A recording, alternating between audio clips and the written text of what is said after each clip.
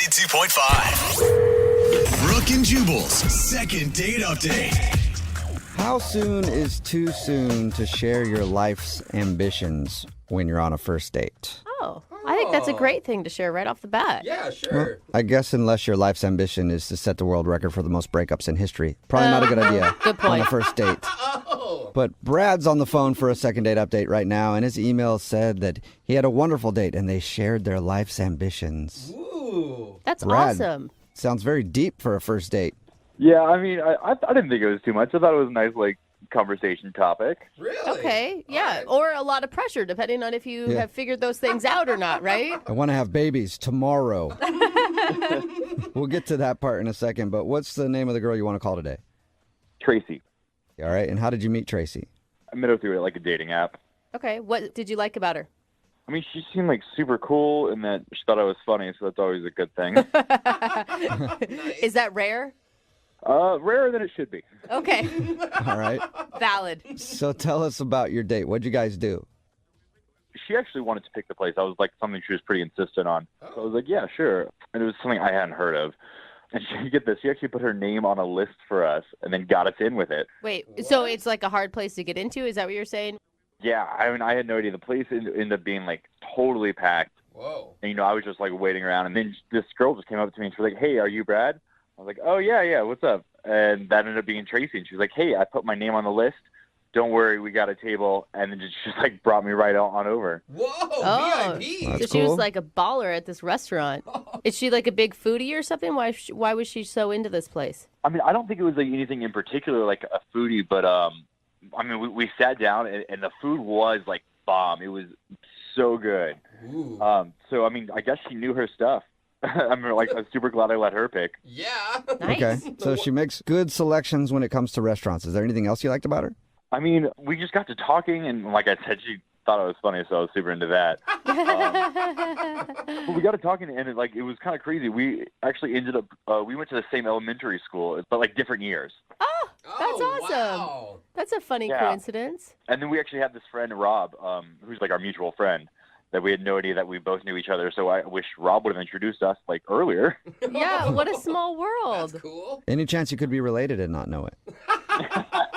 No, I don't think so. Okay. And you guys, I mean, you said you had talked about your life's ambitions. How did that come up? So I was talking to her actually about my dog, and she kind of made a little segue. She was like, actually, I want to work with dogs and animals for my ambitions of life. Really? Okay. Yeah. And did you say, oh, you can take my dog. I don't want him anymore. That could have probably turned her off. No, absolutely not. No, she was super into it. She was like, yeah, I want to open up a place for rescue pets, pets that come from bad homes, that kind of stuff.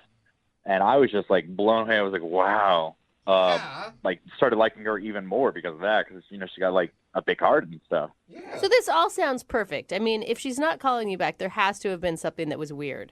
Yeah, I mean, it could be when I shared my dreams with her about what I wanted to do. Uh-oh. What are Why? yours?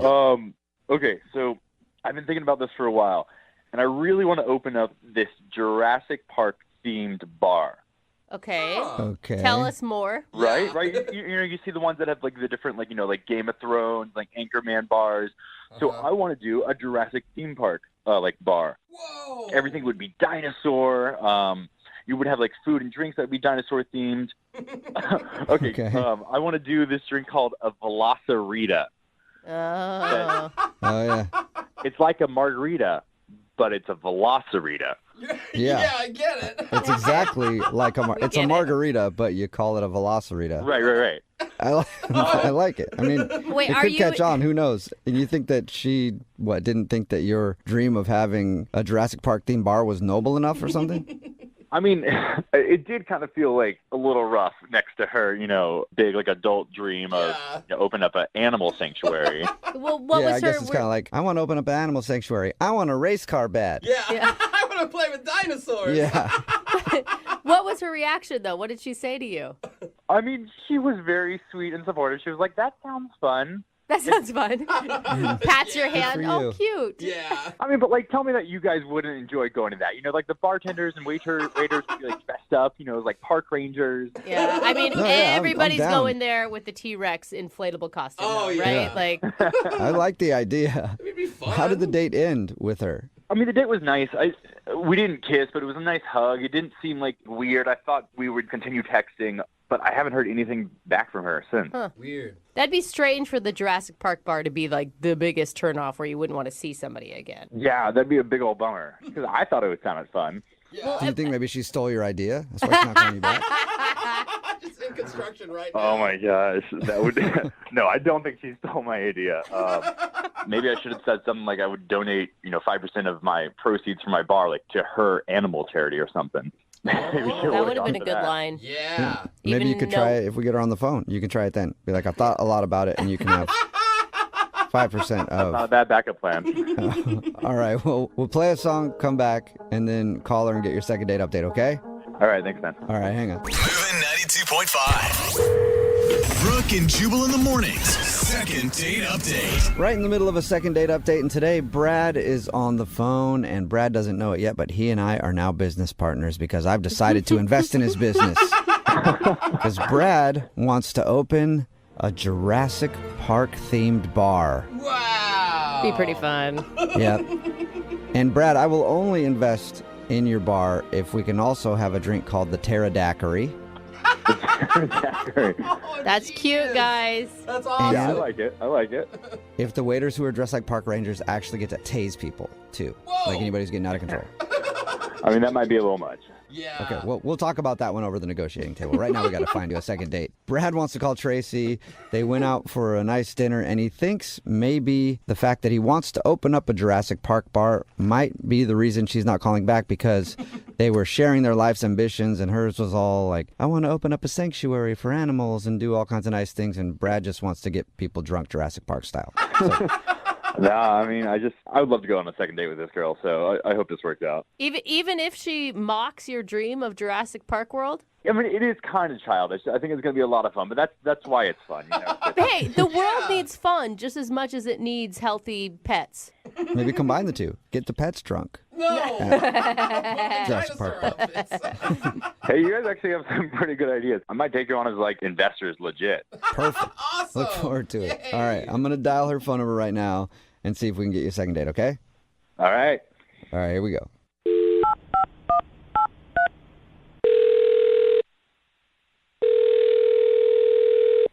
Hello?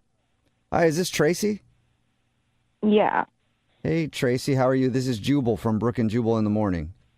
I'm not interested, but thank you. No, well, that's a lot of people aren't interested, but I'm not. Are you still there? That's awesome. It's not a telemarketing call. Wait, what's going on? Wait, why are there like a million people on this phone call right now? Well, there's really only three because it's a radio show. We're not a company trying to sell you anything. It's called Brooke and Jubal in the morning, and we're calling you because one of our listeners emailed us to get a hold of you. Okay. Okay, his name is Brad, and Brad is curious why you're not answering any of his texts or his phone calls or anything. Just tell Brad that I'm not interested. Okay. Well, that was I don't- quick. I think he knows that already. We don't need to tell him that.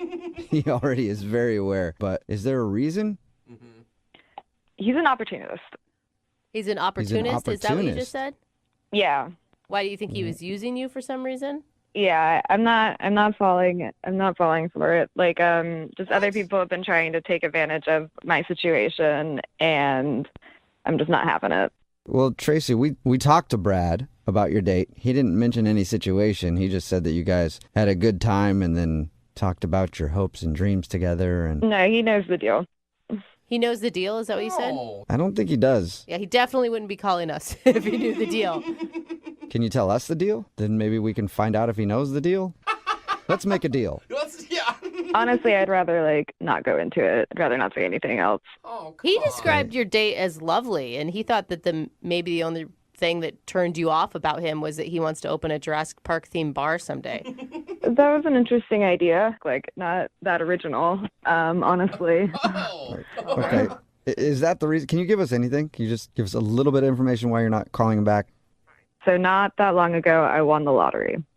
What? Whoa, wait a minute. Wait, what kind of lottery? Like Wow. you won like $50 off a scratch ticket, or you won the lottery? How much? Are you a millionaire? No. Like I could leave my job kind of for a while if I really wanted to. Whoa. Like, Dude, Was this- how fun! Congratulations. I want some. thanks. You Was don't this sound after you met Brad? No, it was before. Oh, okay. I just figured maybe you won the lottery and you were looking for an upgrade. That's why you weren't calling back. No. So do you think that he knows that and he just wants you for money? Is that what you're saying with opportunist? I think he figured it out, like, at least pretty early on in our date. How? Why? How? Well, like, we had gone to a busy restaurant, so I took my last name down, so he heard that called out, and then we also have a mutual friend, and I came back from the bathroom at one point, and he was on his phone, and I just, like, no, he was either Googling me or, like, talking to our friend Rob, because then after that point, he started talking about his bar and getting funded and stuff, and... Oh, Oh. did he hit you up for money? I mean, not in so many words, but it was just like out of the blue, like now he's talking about how he wants to get this bar and it's his dream and he wants to get it funded. Like, Okay, wait, can I just ask, before you think he Googled you and found out that you won the lottery, how were things going? it was okay. It was like a little awkward, but And after he Googled you, do you think his attitude changed?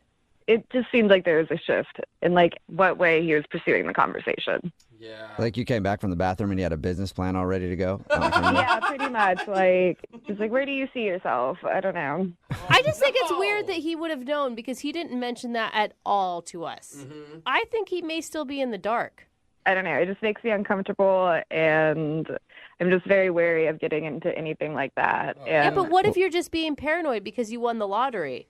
yeah, but it's like, even if he doesn't know yet, then I don't know how he's going to react. And if he already has all these grand ideas of funding a bar, I don't want to be his girlfriend that's right there, and he's going to be asking me for money. Like, I'm not going to fund your bar. I hardly Yeah. know you. Oh, Well, man. Tracy, I hate to tell you this, but if he was in the dark, now he's not because he's on the other line listening and wants to talk to you. Are you serious? Yeah. Yes, I am. Yeah. Hey, Tracy. It's Brad. What's up? This is awkward. Yeah, awkward for you. Imagine listening to it. Listen, I had no idea you won the lottery. That's crazy. That's awesome. We can talk about that later if you want, but like I'm not No, not- I don't really want to talk about it with anyone. It's not something I like to discuss, really. I think you're really jumping to conclusions here. I didn't have any idea who you were. I didn't realize you won the lottery. Like on the date, you said like I was on my phone and stuff. I mean, I was just checking my texts and everything. I wasn't Googling you. I was just trying to enjoy our time, and I guess it's just like a nervous habit of picking up my phone. Yeah, I mean, I just found it weird that, like, I came back from the bathroom and you were on your phone, and then right after that, that's when you start talking about your bar and how you're going to be looking for funding and how you need money, and, like, it was just, like, dollar signs everywhere. Like, I will say, Brad, did you start talking about funding, though, or did you start talking about your dream? I was just kind of talking about, investors and that kind of stuff. But I wasn't saying that for her to like invest in me. I had no idea she had money, but like she seemed really into the idea. So, if she wanted to invest in it, that would be even cooler. Like we could do that together. What do you think, Oh my Tracy? God, you're right, That's Tracy. bad timing, though, to say that. Brett, I don't think you understand, like, how many people are constantly trying to take advantage of me for the fact that I won the lottery. So you're like missing the point completely here. When you like are talking about if I want to do this, then you'd be cool with it. Yeah, I mean it's totally up to you. Like, but it doesn't matter. Like if you want to go start your animal sanctuary, you go do that. But I'm probably gonna make a Jurassic bar. So if you want to be part of that, that'd be fun. Brad, what are you doing? Bro. I'm just talking. We're making conversation about like what we want to do with our lives. I mean, wouldn't that be fun, Tracy? Brad, I'm not talking to you about this, especially here. Like, I know it sounds cool, but it's honestly really stressful, and like I don't want to deal with this. This is like the perfect opportunity for you, though, because like you could make even more money. Oh my God, I feel so bad for you, Tracy. I thought you were being paranoid at the beginning of this, and you were so spot on. But he didn't know at first. Yeah, I mean, it's true. I didn't know before, but like now I know. So this seems like a cool thing for her to do. I mean, it wouldn't even be like a big investment. It'd be like a few $1,000s just for like a cool Jurassic bar. Oh my gosh. No. Brad, you should probably focus less on her investing and more on wanting to actually go out with her. That's what I would think. I mean, like, why not both? Like, Tracy, would it be cool if we did this together, like, as a couple? You seem to be into it. You like animals. Dinosaurs are animals. I don't think anybody rescued them. I mean, wouldn't that be fun, Tracy? What do you think? Come on. No, I'm pretty over this conversation right now. Like this. All right. Well, Tracy, before you go, I do have a question for you. It doesn't involve you paying for anything. It actually involves us paying. Because would you like to go out on a second date with Brad? We will pay for it. He seemed really nice at first, but I think we're just like on two different mindsets, and I'm gonna have to say no. Oh my God, I don't blame you. I don't know how you're ever going to go out on a date without it being some sort of business pitch. Yeah, anybody. I mean, guys, it's not a business pitch. It's just like, it's a hobby. So she wouldn't have to do anything. All she would do is just put a couple thousand in and then just watch the money grow. What do you think, Tracy? Is it still a no? Yeah, it's still a no. Oh. I gotta go. Man, I didn't even get an opportunity to pitch my business. Yeah, okay, guys. Oh, Sorry, man. Brad. Looks like you lost out on a date and a potential investor. I mean, so guys, like, I didn't even like prepare for this like properly. If you guys could get her, back on the phone or maybe an email or something, and I want to give her like a proper business pitch, and I think she'd really go for it. Stop, Brad. Yeah. Stop. I think you got the point perfectly. She's definitely interested in that, Brad. So good luck. I'll let you handle that, okay? You keep reaching out to her. Brooke and Jubal in the morning. Text in at 78592, quite a few of them actually, that say that they would love to invest in a new Jurassic Park themed bar. It's Brooke and Jubal in the morning. And today's second date update, this dude Brad wanted to call Tracy because they went out and he thought maybe he wasn't going to call back because he wasn't sensitive enough to what she wanted to do with her life. She wanted to like help with like an animal shelter and help animals, and he just wants to open up a Jurassic Park themed bar. But the reason she wasn't calling back was because she won the lottery, and she believes that he found out that she won the lottery and he just wanted to go out with her for money. He didn't really help his case though when he spent the whole time trying to ask her to invest in his new business. Yeah. I mean, she judged him fairly. Yeah, I think so. At first I thought, wow, jump into conclusions. Nope, that was the conclusion. But he didn't know. I believe he didn't know. But the second he found out, he did exactly what he said he would do. He was that person. Yeah. Remember, if you want to do a second date update, all you have to do is email the show, and we will call the person who didn't call you back. Move at 92.5.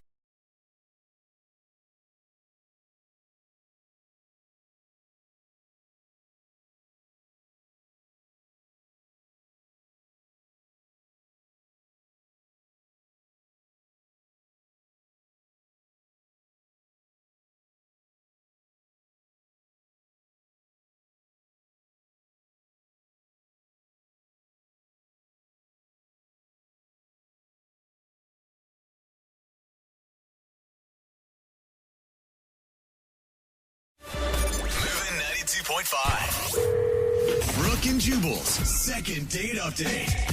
Some people don't get called back after a first date. Not everybody's like Lydia Cruz, who has Hollywood producers fall in love with her and stalk her after going on one date. She gets marriage proposals after one date. She does. Right now we've got Julie on the phone. Julie didn't get a call back after a date. Hi, Julie. Hi, how are you? Pretty good. How are you? I did okay. Yeah. Now you emailed us about a guy named George. Tell us a little bit about him. I met him online, and we went out wine tasting. Oh, fun. Yeah, it was really, really, really fun. Okay.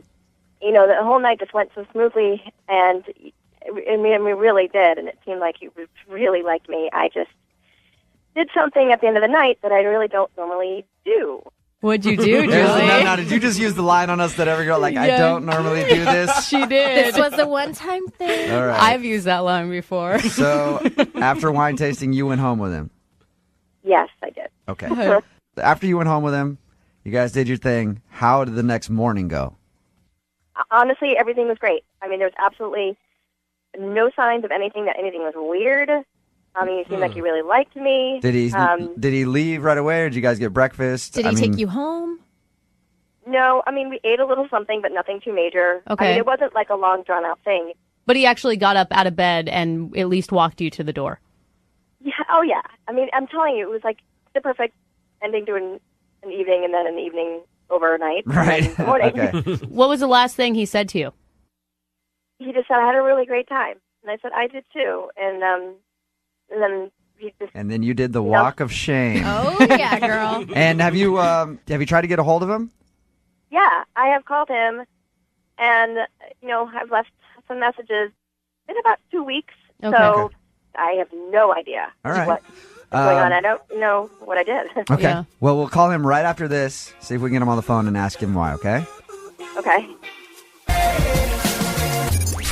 92.5. Brooke and Jubal in the mornings. Second date update. Julie called us about a guy she met online. They went out on a date. They ended up hooking up that night. Yeah. She says she doesn't normally do that. Mm-hmm. I believe her. I believe her 100%. Yeah, right. We're going to call him right now. His name's George, and see if we can get him on the phone and ask him why he didn't call you back. Are you ready, Julie? Actually, before you do that, I really haven't actually told you the whole story. Oh, really? Really? Yeah. Okay. What more is there? I just wanted you to know that he did call me after the date to Oh. set up a second date. So there was a second date set up, but I was really embarrassed to say it because he just didn't show up for it. And So he actually stood you up for your second date when you guys were supposed to meet up. Julie. yeah. Anyway, I just wanted you to know so that something like that comes out. You're hoping that he has a good excuse for not showing up and then not getting back to you. Well, yeah. Okay. Oh, that's weird. Well, we'll give him a call right now. And Okay.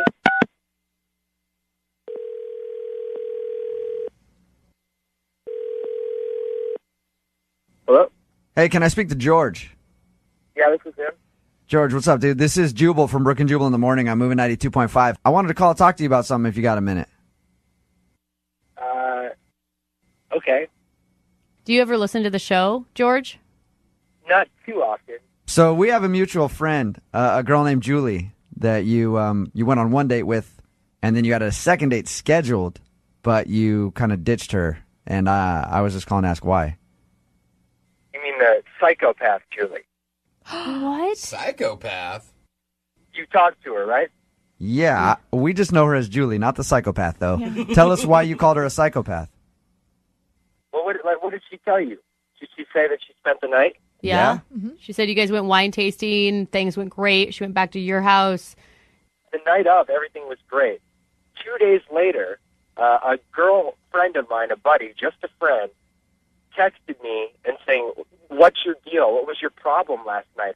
Apparently, Julie went into my phone, texted this girl back saying, "Stay away from George. Don't come near this guy." Whoa. And then deleted her contact info from my phone while I was in the bathroom or in the kitchen, who knows where. Julie?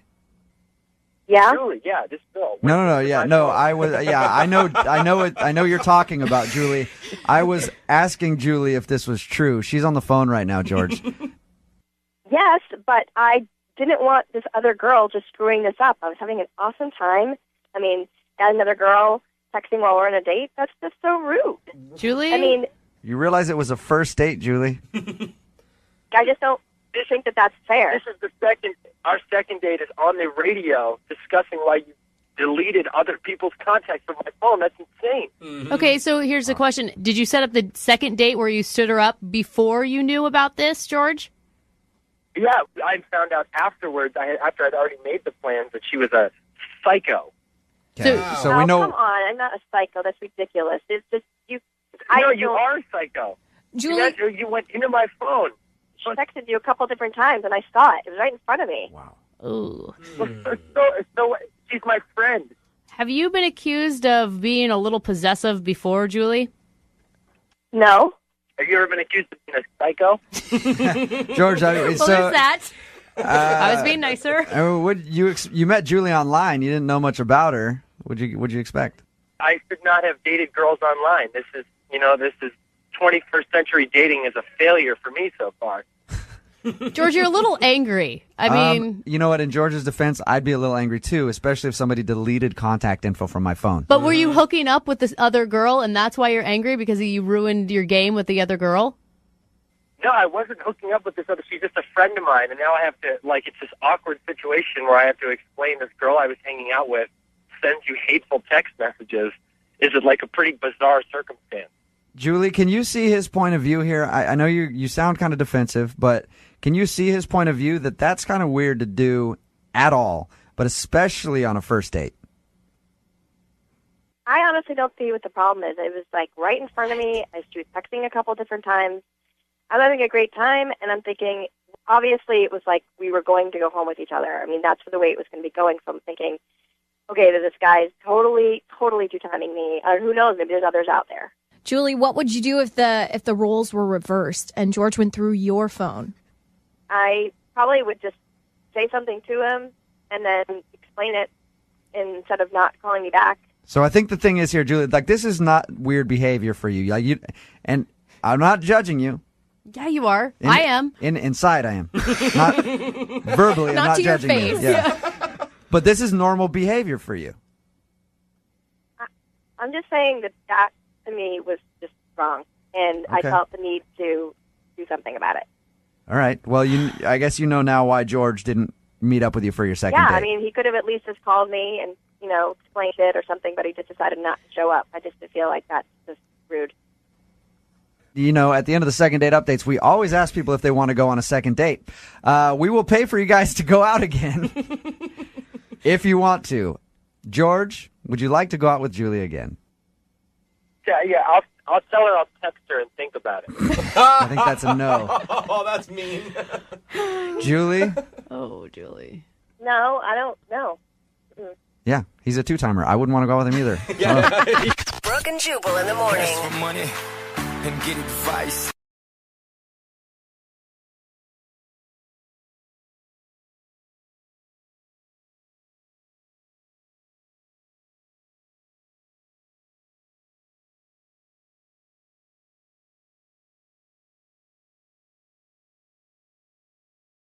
Moving 92.5. Brooke and Jubal's second date update. The woman on the phone for a second date update today met the dude that she wants to call in a very unconventional place. She met him at jury duty. Shut up. Right. That's crazy. She was on jury, he was on trial. No, that is she not. would toss him a wink and a smile every once in a while, and then, looks like it's a hung jury. They needed 12 to convict, but only 11 went along with it. Get it? A hung jury. Yeah.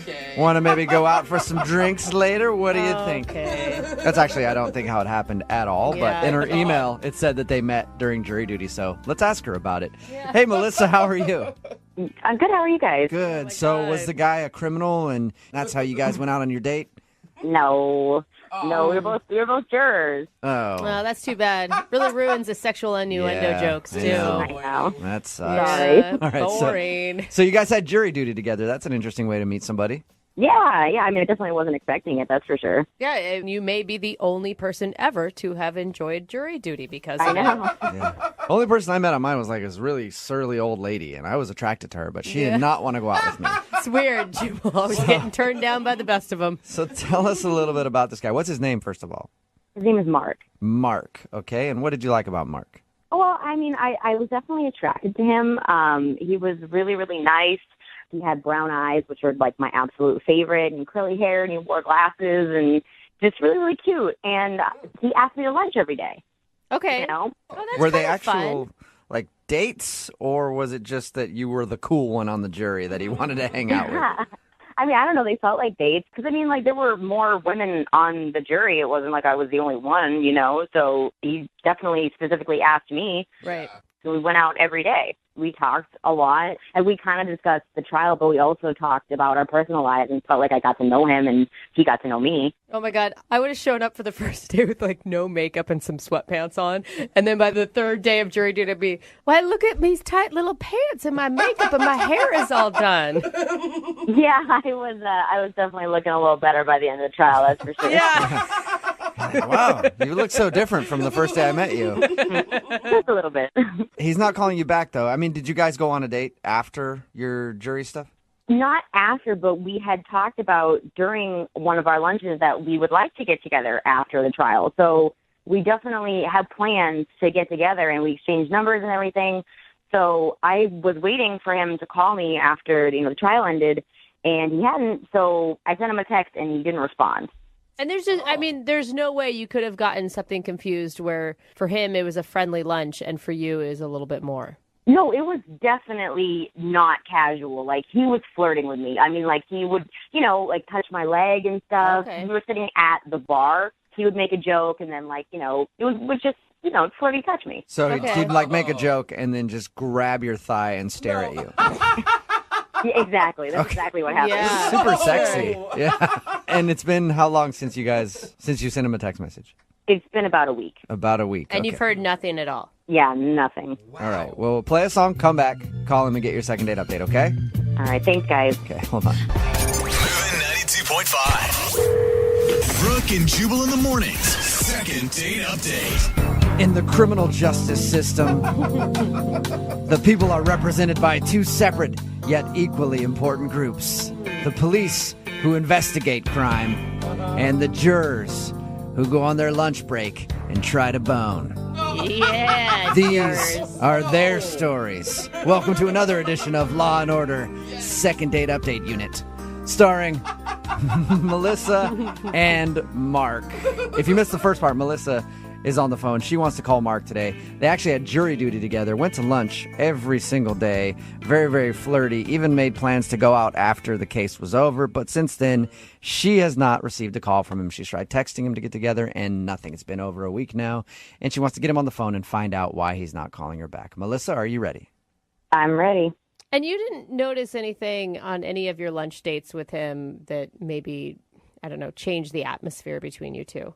No, I don't think so. I mean, the only thing, I said that I liked unicorns and rainbows, but I don't think that would have, I don't know. I don't think that would have been like. But you don't think a deal unicorns? breaker. You don't think unicorns are real or anything, right? No.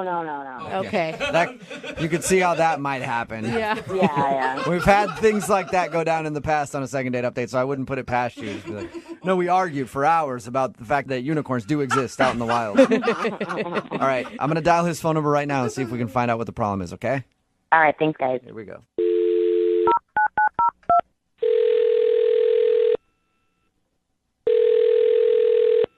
Hello? Hi, I was looking for Mark. I'm speaking. Is this Mark who served jury duty just about a week ago? Yes. Awesome. I'm from the district attorney's office, and I need to speak with you about something. I don't think you can say that. No. What's going on? My name is actually Jubal from Brooke and Jubal in the Morning, the radio show. Okay. Close to the same thing. What is this? What's happening? Well, it's a segment that we do on our show called the Second Date Update, and one of our listeners actually emailed us to get a hold of you. Her name is Melissa, and you two had jury duty together. Yeah.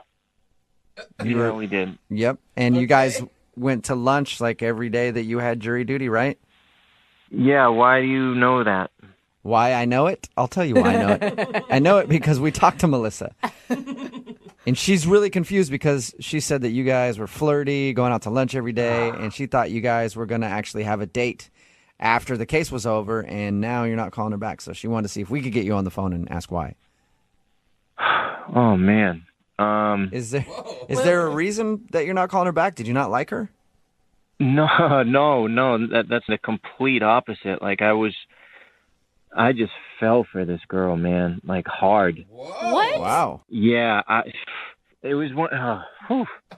Wow. Wait. If you liked her that much, then why would you not return her text message or her phone call? Because I don't trust myself around her, to be honest with you. Oh, that's such a line of BS. What does that mean? Are you married or something? No, I'm not married. It wasn't anything like that. Like, I realized that, like, it probably wasn't great for me to be around her. Like, how though? What do you mean? She didn't do this intentionally, but she like inadvertently changed my vote for this trial. What? Whoa. And after like I got back and I was like, oh my God, like I just put this dude away when I didn't really believe that he was guilty, because she did, and we were talking, and it was just like, oh no, yeah, totally, completely. I know, I agree with you, of course, you know. And I oh man, yeah, dude. I didn't. So she told you? Okay, sorry, you're confusing me a little bit. So you voted that this guy was guilty, but you didn't think he was guilty because of her.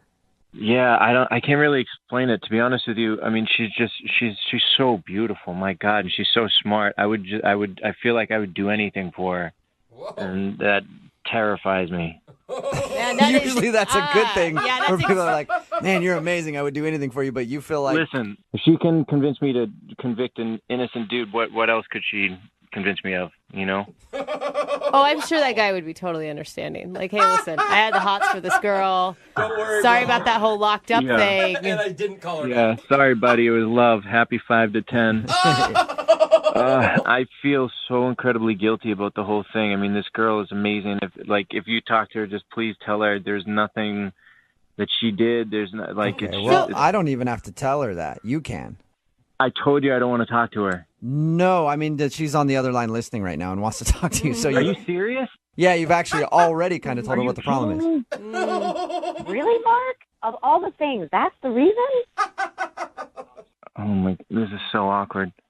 I didn't force you to vote one way or the other. You just asked me my opinion, and I gave it to you. I don't understand how that can make you feel like you don't want to see me again. I know you didn't try and do anything. I know, but based on what you were saying, you convinced me to change my vote, and I changed my vote, and it's like this guy is behind bars now, and if I saw your face again, it would just make me think back to that moment, and I would feel like I put an innocent man behind bars because of you, and I just couldn't deal with that. Wow. What? It's not even like a big case. I mean, it's not, he'll be in jail for a month. It wasn't like the sentence was that harsh. It's not like you sentenced somebody to death. Melissa obviously thought he was guilty. So, I mean, there's the other side of the argument, too. It doesn't matter. It's already said and done. It's over, you know? And, like, this guy's behind bars right now who knows what's happening to him in there because of me, and I can't deal with... No, I can't deal with that guilt. He's probably in like a minimum security prison. I mean, he's probably like in county downtown. He'll probably be out in about an hour for, overpopulation. Like, I'm sure it's not that bad. That doesn't matter. There's a guy behind bars because of me. And 10 other people. There were 10 other people. It's not just you. I was the deciding vote. I had a vote on this man's life, and I screwed it up. This man's life. Melissa, are you still attracted to Mark after all this? I think I'd prefer someone with more of a backbone, to be totally honest. Oh. Yeah, you seem like kind of a pushover, Mark. That's what I'm saying. I can't be around her. I know that. I know that. Okay. So you don't want to be around her because you have no backbone and you would never be able to stand up for yourself. Normally I am. I'm a strong-willed person with a strong backbone, but even just hearing her voice, I turn into a jellyfish. Okay. Hey, Mark, I need somebody to pick up my dry cleaning. Can you do that for me? Oh, no. Yeah, I don't want to, but I probably would. In that case, Mark, would you like to go out on another date with Melissa? We will pay for a second date. I mean, yes and no. Yes and no. I guess the decision is all Melissa at this point. Melissa, do you want to go out with Mark again? It's your call. Say no for his sake. Yes, but I want him to pay for it, not you guys. Dude, Melissa, I feel like you're going to use your powers for evil. Yeah. Harness them now for that good. I know I have them, I must. Oh, I'll do whatever you want. Let's just get this over with then. Oh, my God. Wait, are you saying you'll go out with Melissa again? I have no choice. Okay, and Melissa, you actually do want to go out with him again? I need to make sure. Yeah.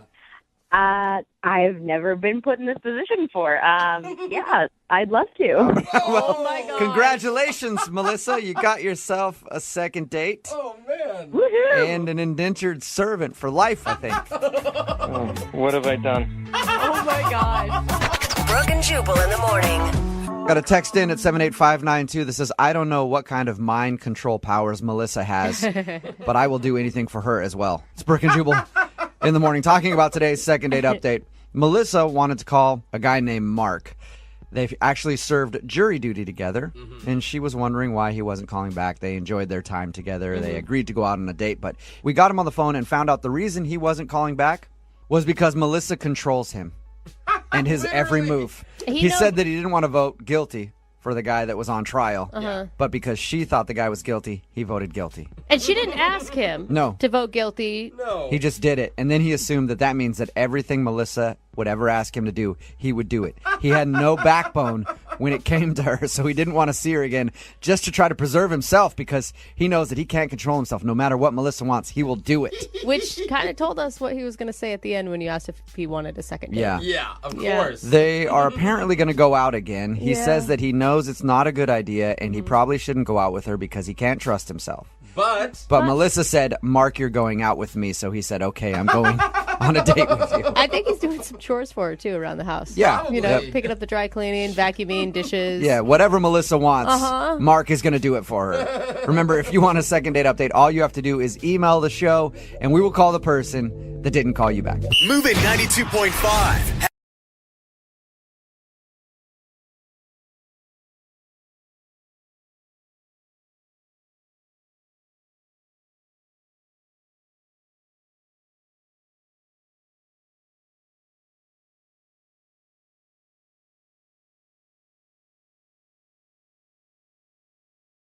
Brooke and Jubal's second date update.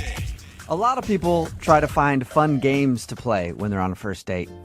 Usually it's something boring like checkers or Chinese checkers or Italian checkers. Basically, people play checkers on first dates all the time. But the guy in today's second date update, Mike, chose to play a different game. He didn't go the checker route. Oh, wow. Curveball. Yeah, what's up, Mike? How are you? Hey, guys. How you doing? Good. I read your email. Way to be bold and not play checkers on a first date, man. Yeah, thanks. I thought that was a little too run-of-the-mill, you know? Yeah. See, exactly. Mike knows what I'm talking about. Everybody's always playing checkers on first dates, huh? I know. Why are we so obsessed with checkers right now? I don't know, Brooke. What did you do on your first date? Well, so we went to a bar, right? And, we got to the bar, and I wanted to do something fun, and I wanted to break the ice. And so I decided, the two of us should play this game together, you know? Okay, what game? I thought we'll look at the bar, and we'll pick out a person, and we'll guess that person's name and what they do for a living. Oh, I like that game. I play that game. I don't know that there's a name for that game, but I often play that game. Yeah, it's fun. You get to show each other, a little bit of your personality. You laugh. Yeah, and you get to judge people all at the same time. No, it's not judging It's super people. fun. It's just like making funny backstories about how maybe they worked at a manure plant a while back. Totally, yeah. So after the game, I thought, let's go talk to them and actually see how did we do. Oh, wow. You know? Whoa. That's risky. Did you just go up to him and be like, hey, we've been watching you all night trying to guess what you do for a living, and we want to see if we're right, and then ask them a bunch of questions? So, you go up to them and you just sort of casually ask them about themselves, and you just try and drop it in. It's easy to start with the name, right? And then you naturally get to what they do for a living. And it turns out we got one guy right. So what did this guy do that you got right? Well, so he works in IT, and we looked at him. We saw his T-shirt. It was a computer graphic, and he was wearing some glasses, and he was nursing his drink in the corner. And we both thought IT, and we're talking to him, and he tells us he works in IT. And as soon as he said that, just instinct, she and I high five, and he looks at us real weird. Maybe he just thinks you're really passionate about IT jobs. Hell yeah, guys, can I get in on that high five too? Yeah, we totally would have high fived him. It was a great moment. Okay, so it sounds like you had a good time. Yes, it was so much fun. We kept going around and meeting more people, and there was this other table that we introduced ourselves to, and we hung out with them. We laughed.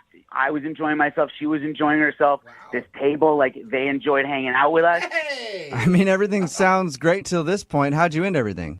We both had to be up for work the next day, and we both decided, let's call it a night. And we walked outside. I gave her a hug, and it was just it was a really nice date. Nothing awkward. It was just a nice hug at the end, and I haven't heard from her since. Did you get time through all this game and hanging out with your new group of friends to actually get to know her very well? I thought so, yeah. I thought, we got a chance to show each other, how we interact. And, there were no, awkward silences that, I tend to experience on first dates. We got to sort of, we got to sort of like hang out with each other and like see how we interact with lots of different kinds of people. I thought it was awesome. Okay, so after the date, did you make plans to hang out again?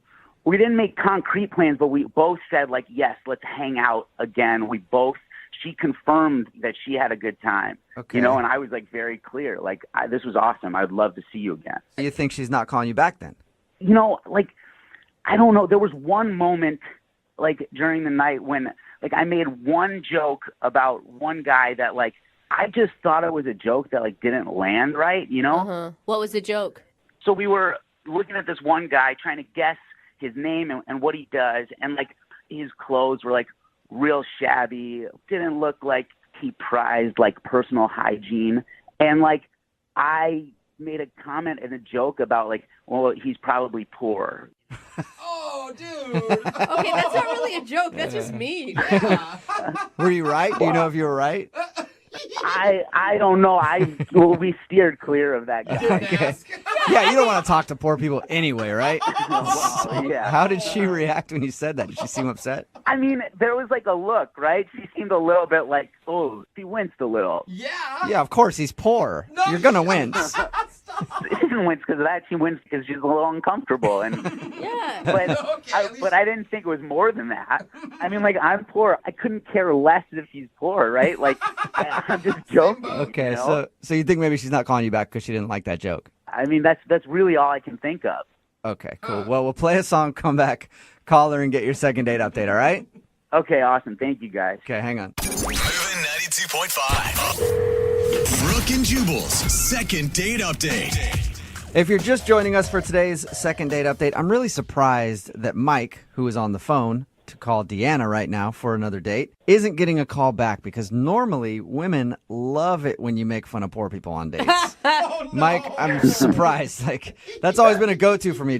Sometimes we just drive around the city and laugh at homeless people, and it's always gotten me so far with ladies. Sick, dude. You're terrible. That is not fair. That is not at all what I meant. It was a light joke, and it didn't land. It didn't land. All right, if you're wondering what we're talking about, Mike went out with this girl named Deanna. They went to a bar, and they spent their night playing a fun game where they would look at people and try to guess their occupation and all that, and then even go up to them later and meet them and then find out if they were right.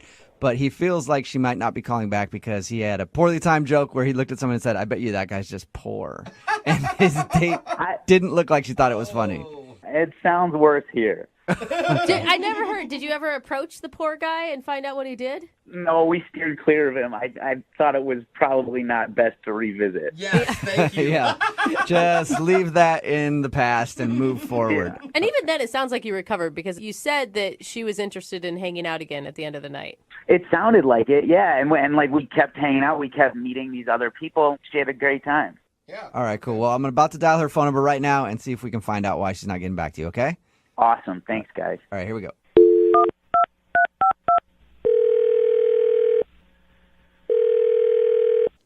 Hello? Hi, can I speak to Deanna, please? This is Deanna. Hey, Deanna, how are you? This is Jubal from Brooke and Jubal in the morning. Brooke and Jubal. In the morning. Brooke and Jubal's the first name, last name in the morning. No. Don't listen to him. What are you calling me about? What's happening? It's Brooke and Jubal in the morning. It's a radio show. And we got an email about you from one of our listeners. About me? Yeah. His name is Mike, and you guys went out on a date the other night. Oh. Why did he email you guys? That was a tone change. Because we do a segment on our show called the Second Date Update. So Mike had a really great time. He says he thought you had a good time too, but now you're not calling him back. So Well, that's interesting. That's interesting. You don't think that he had a good time? You could say that, yeah. His description of the date is like picture perfect almost. Like you guys were laughing, you're high-fiving, you gave hugs. Oh, that's true. I thought we had a really good time. I had fun, but apparently he didn't have, good enough time. Why do you say that? I mean, how much do you guys know? Well, we know that you guys went to a bar and then played a game where you would guess people's occupations and stuff. Uh-huh. Then went and talked to people and found out if you were right. Yeah. That's pretty much all he told us. Was it the poor joke? He told us about the poor joke, how he tried to make fun of somebody and it didn't really work very well. No. The whole thing was us judging people. That was fine. Okay, so you're into that. All right. Yeah, I mean, I was even joking about somebody saying that they were probably a professional, like, hamburger eater or something. Like, I mean, we were just joking. It was all in good fun. It was fine. Okay, so if that didn't bother you, then why don't you think he had a good time? Okay, so did he tell you, like, we made some friends? He told us that you guys talked to a lot of people, yeah. Yeah, there was this one group in particular that, like, we kind of ended the evening with. We were sitting at the table and, like, you know, having drinks and having laughs, and, like, we got along really well. Okay, all that sounds good. Like, you haven't told me anything that sounds bad yet. So the point is, I had to work in the morning, he had to work in the morning, so it was time to go. You know, we give each other a hug, we say, you know, had a great time, like to see each other again. And at this point, you think that you guys are going to go out again? I thought so, yeah. So we say goodbye. And I get home, and one of the girls from the table sent me a friend request on Facebook. So, you know, I accepted her friend request. And, like, I had not been home that long, and she sent me a message on Facebook saying that she's like, I don't know if you know, but this guy that you were in with is back at the bar. And he was like, she told me, she's there, like, in real time, like, telling me, like, what's going on with this guy, that he's, like, at the bar, like, flirting with other girls. When he told me he was going to go home. So he didn't go home. Yeah, but in the same vein, you guys, I mean, it's one date. It's not like you're in a relationship. He has no reason to be... But I'm just saying, it's kind of weird for him to say goodbye to me and go back into the bar where we just had a date, and he's hitting on other girls. Yeah, I mean, I guess I could see that. I'm still on the fence. Is that weird? I would say that's weird. Like, he said he was going home. He lied. Obviously, he's not that into me, and I'm just not into that. Okay, well, he said that he was into you. Well, it seems otherwise. Okay, well, maybe you want to ask him because he's actually on the other line listening to this conversation and wants to talk to you. Are you serious? Yep. Mike, are you there or have you called another radio show already? No, come on, guys. Yeah, I'm here. Hi, Deanna. Hi, Mike. Look, there's a completely reasonable explanation to all of this. Okay. I came with a jacket, and when we walked out of the bar, I left it in there. So I went back in to get my jacket. So you're saying you forgot your jacket and then you accidentally started flirting with other women? No. I'm saying that I don't get to, like, have a lot of nights where I get to, like, socialize. I don't go out a lot. And so when I went back in to get the jacket, I went back to the table that we had been hanging out with, and I just, like, stayed and I hung out with them, and I had a good time. I wasn't hitting on other girls. Oh. Really? So why would this girl tell me that you were? I have absolutely no idea. I wasn't even talking to her. I was talking to, like, the other guys at the table more than her. She has no reason to send you that. Like, that's way out of line. So you're just telling me that she just made it up? That she just decided to tell me, just make up that you were flirting with other women? Why? What would she do that for? Why would she tell me that? Look, yes, were there other women at the bar that I spoke to? Yeah. Was I hitting on them? No, like, not at all. I hear you. It just seems different than what I heard, and it just felt really crappy, you know? Like, I had a good time with you. Okay, if you're asking me if I am banging anyone that we met... Wait, that's the word that you jumped to? Mike! I think she said flirting. Yeah. You went from 0 to 100. Well, I just thought, like, let's put all our cards on the table, you know? Yeah, put it out there, well, Mike. You did. You put them all out there. Yes, dude. Yeah, Mike, I didn't say you were banging other people. I mean, I just got to, like, I feel like I'm being accused here. Yeah, but she said flirting, Mike. Yeah, well.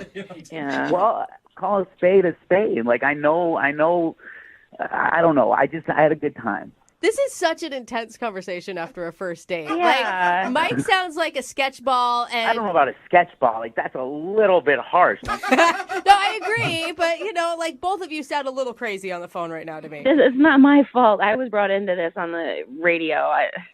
Yeah. I was happy to just leave it alone, you know? That's true. I'll give you that. Look, Deanna, I like you. I had a good time, and I obviously wouldn't be calling this radio station to get in touch with you if I was banging somebody else. Mike, stop it. We get it. We get it, Mike. Uh-huh. Deanna, Would you like to go on a second date with Mike? We will pay for it. Assure you he's not banging anybody else at that bar. Please, Deanna, please go out with me again. Like, I swear on my life, on my brother's life, on my mother's life, on my grandmother's life, that I was only going back into that bar to get my jacket. Wow. You hear that, Deanna? People will die if Mike's lying. So would you go out with him one more time? I mean, I don't want to hurt his mom. Okay. Yes. All right. So that's a yes. So you'll go on a second date with Mike. Sure. Yes. Okay. Sure, yes. Oh, Deanna, that's amazing. Okay. Thank you. I promise you will not regret it. We'll have a great, great time. Okay. But keep the banging talk to a minimum. Awesome.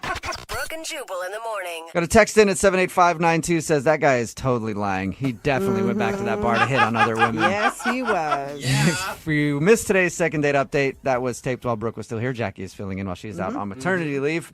Mike wanted to call a girl named Deanna who wasn't calling back after their date. Apparently, while they were out on their first date, they kind of played a game where they would look at people and guess what they did for a living and stuff. Sounds fun, though. I like that whole thing. And then they'd go up and talk to those people and find out if they were right.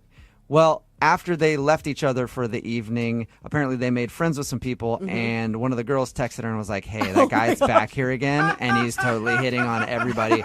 So she didn't want to call him back because he figured that he was just a player, and he went back to the same bar they were just hanging out at to hit on people. And he swore that he forgot his coat there, and he just ended up, like, hanging out, and he doesn't know a lot of people and have a lot of friends, so he was just having a good time. Oh, yeah. And she bought it and agreed to go out with him again. Okay. So. She had someone that was almost a stranger, another female that went out of her way to say, girl, he's a dog. Yep. And she, I mean, and normally girls, you know, that's the kind of girl you want to be friends with. But you know, Jackie, girls are haters like that. Like if I went back to a bar and I was just like randomly having conversations with like 5 other women that night, somebody's going to be like, he's hitting on girls. That's just how it works. When all I was doing was just trying to hang out with my friends, my new friends that I met because I forgot my jacket. Yeah, no. Totally innocent. No. Anyway, they agreed I'm not buying it. to go out again. If you want to do a second date update, all you have to do is email the show and we will call the person who didn't call you back. It is Friday, so Young Jeffrey's Song of the Week, just a few minutes away at 8:10.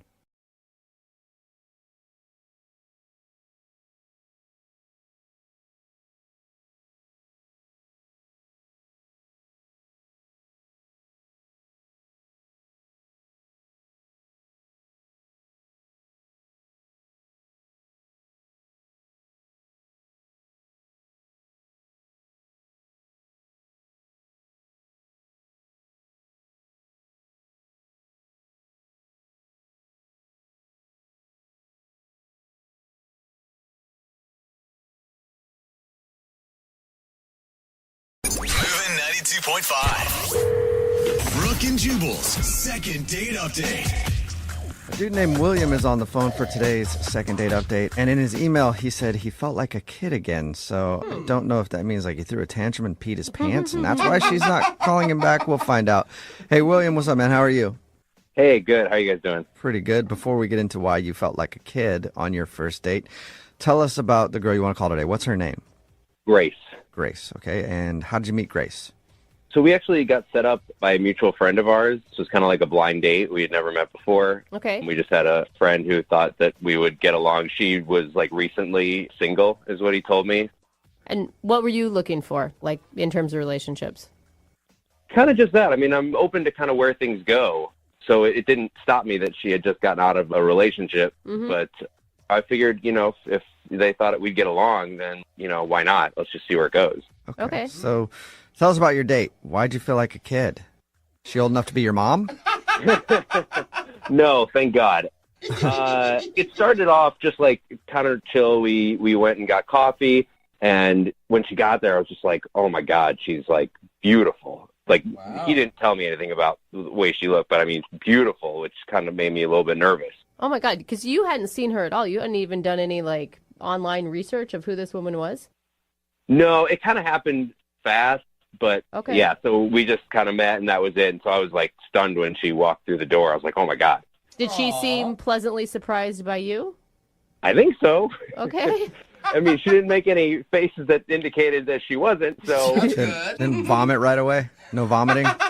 No, nothing, nothing that bad. But I mean, she smiled a lot, like she laughed at a lot of stuff that I was saying. So like, I could tell that she was into me and like I was into her. So the reason I said I felt like a kid is because we went for a walk afterward. Is like the sun was going down and we were walking through this park and we passed by like a playground that nobody was on. There weren't any kids on or anything because it was at night. But we looked at each other and we were like, this would be fun. Let's go like play on the playground together. Yeah. And she seemed really excited about the idea, and it's been a long time since I've like been on a swing or anything. So we went over there and just like played around for a while, which was really fun. That's kind of cute. Was that the end of your date as you guys were playing, then you went your separate ways, or what happened next? No, we played, we kind of did, for a little while, but kind of got over that. And then we just kind of laid down, like there was, like one of those old kind of like merry-go-round sort of things that spin. Yeah. And we were there for probably a couple hours.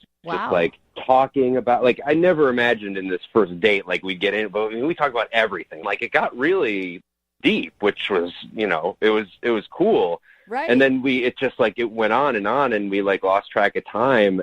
And I looked at my phone, which I didn't look at the whole time pretty much, and realized it was like midnight. Oh my gosh. Wow. Yeah. You're on a park at midnight. You got to get out of there. It's about time for the crackheads to show up, Yeah, I know. 2 grown adults in a park at midnight is probably not a good look. Yeah. But no, she just, so she's like, oh my God, I can't believe it's midnight. And so I walked her back to her car, and I realized afterward I probably was a good place to kiss her, but I didn't. Okay. But we, made it to her car, hugged goodbye, and she left. I asked her because it was so late. I was like, can you text me when you get home? And she did, and that was it. That was the end of it. So that was the last time you've heard from her? Yeah. So when she texted me back that night to be like, yeah, I got home safe, that was the last time that I heard from her. And I've texted her. I left her messages. I reached out to my buddy who set us up, and he was like, I haven't heard from her either since then. So, I literally have no idea what's going on. It sounds like a really intimate date, and that you guys really got to know each other. Maybe it was just too much for her right out of a relationship. Maybe she got scared. Maybe. I don't know. I mean, she was, really open with stuff, and, I really was, listening to her. And so, yeah, I don't know what happened, but, if she felt that way, she could tell me. But, I have not heard a thing from her at all, anything. Okay. Well, we'll play a song and then come back and call her and see if she'll answer our phone call and get your second date update, okay? Okay, thank you. All right, hang on. Moving 92.5. Brooke and Jubal in the mornings. Second date update. All right, in the middle of today's second date update, and if you missed the first part, William wants to call a girl named Grace. They were set up on kind of like a blind date. Everything happened quickly. He didn't even see her before they went out. They met for coffee and then ended up hanging out at a playground until midnight, and he felt like a kid again. He said it was awesome. The one thing he does regret, though, is that he didn't kiss her at the end of the night, and now he's not getting a call back, and he doesn't know why. Will, I'm thinking maybe it was the kiss thing. Maybe you should have kissed her. Yeah, I thought about that. I feel like maybe I had a chance to do that, and I didn't, and now I regret it. But then I keep thinking about everything. I want to know what it is. If I did something or said something to her. If you were to kiss her, what would it sound like? What? What are you? You want to hear what his kiss sounds like? Yeah, William? I don't know if I want to do that. Oh, come on, just a little sample. No. Why? What does a William kiss sound like? What is the point? That sounds normal. Okay, that's a good answer, I don't know what William. a normal kiss sounds like. Sorry, no, this is not. I know you don't. Just All keep right, imagining. William. Okay, you have your fantasy. Okay, I'm going to dial her phone number right now. Are you ready? Thank you. Yeah, no, I'm ready. Anything to stop talking about my kissing sounds. All right, here we go.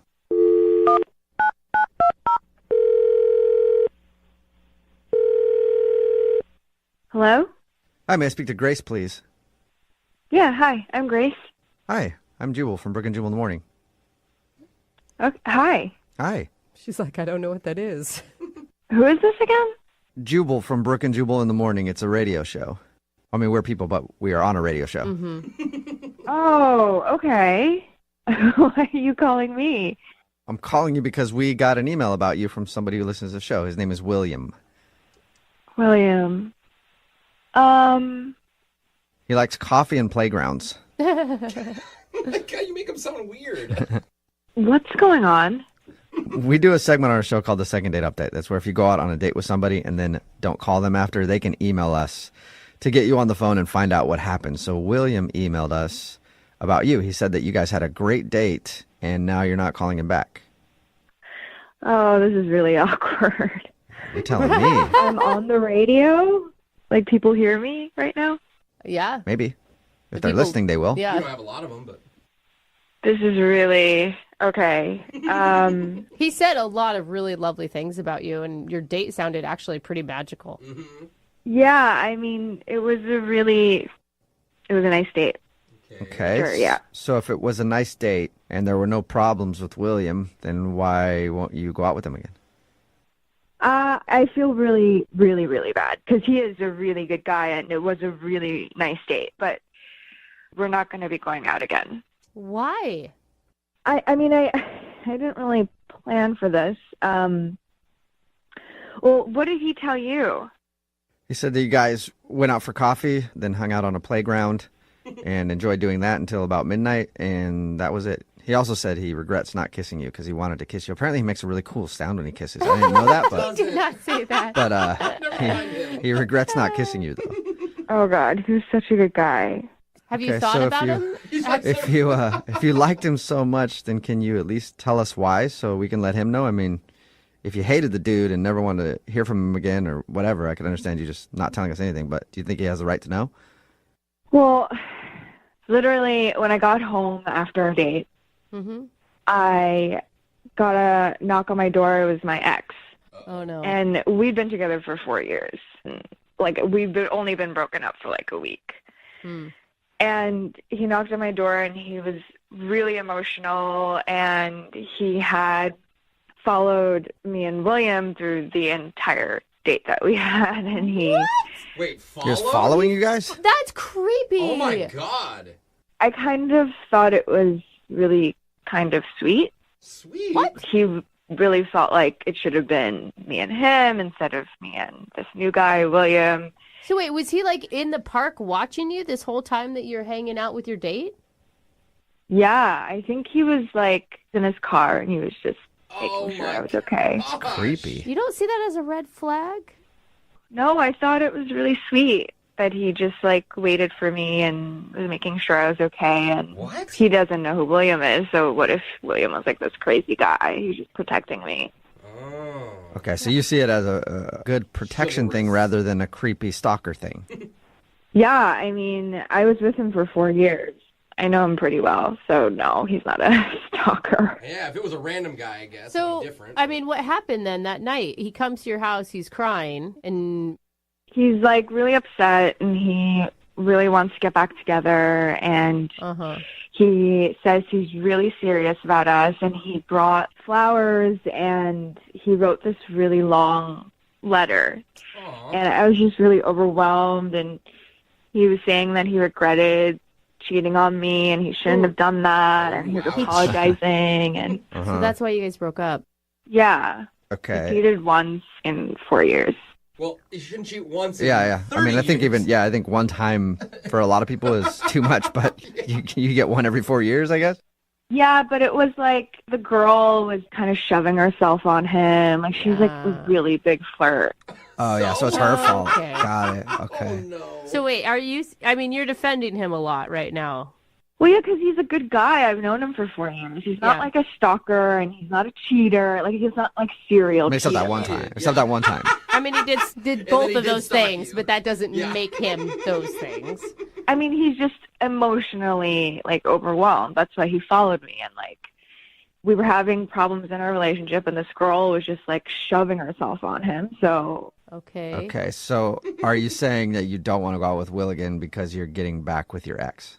yeah, I can't give up on my guy. You know. Oh man. William and I, we really had a great time. But I've only been single for a week, and I've been with my guy for 4 years, and, you know, we're really serious now. So I have to give him another shot. Oh, man. Why don't you tell Will that? Because Will is actually on the other line listening and wants to talk to you. Will, are you still there? Yeah, I am here. Grace meet Will. Will meet Grace. Will and Grace. Oh, yeah, Sounds like a TV show from back in the day. Yeah, hey, guys. I'm so sorry that I sort of dropped off, but I just didn't know how to handle the situation. I'm really embarrassed, and I'm so sorry.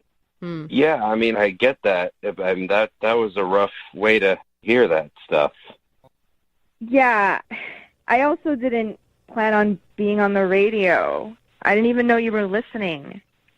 Yeah, but I texted you, like, a lot, and I called you and left messages, and, like, I didn't know what to do, and then, like, to find out that, like, that's what happened that night after you left, and, like, that's why I haven't heard back from you, like, I don't know, man, I know, I like, okay, honestly, like, I haven't dated in 4 years, you know, and my girlfriends were like, yeah, it's okay to, like, not respond after one date. So I thought, like, that was, like, my response, not responding. You could have asked your boyfriend, because he's been on a date in these 4 years. I mean, yeah, like, what is the deal with this guy? Like, honestly, he cheats on you. Like, it sounded like it was a bad point in your relationship, and, like, you felt good about breaking it off. Once. It was, like, barely anything. I just, like, really reacted impulsively. But just for the record, like, if it was you and I, like, I would never cheat on you. I mean, think of, like, it took this guy cheating on you and you breaking up with him for him to, like, open up to you the way that you and I did the very first time we met. Like, don't you feel like we had, like, something, like, really special that is, like, not like this other guy?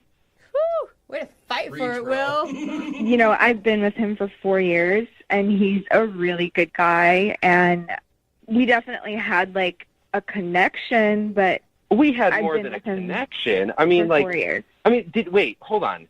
Did you tell him that we were going on a date? Like, is that how he knew where we were, or did he just, like, find out on his own? I mean, I guess I told him that we were going on a date, but it wasn't like a weird thing. Like, it was, I just was telling him what I was doing that day.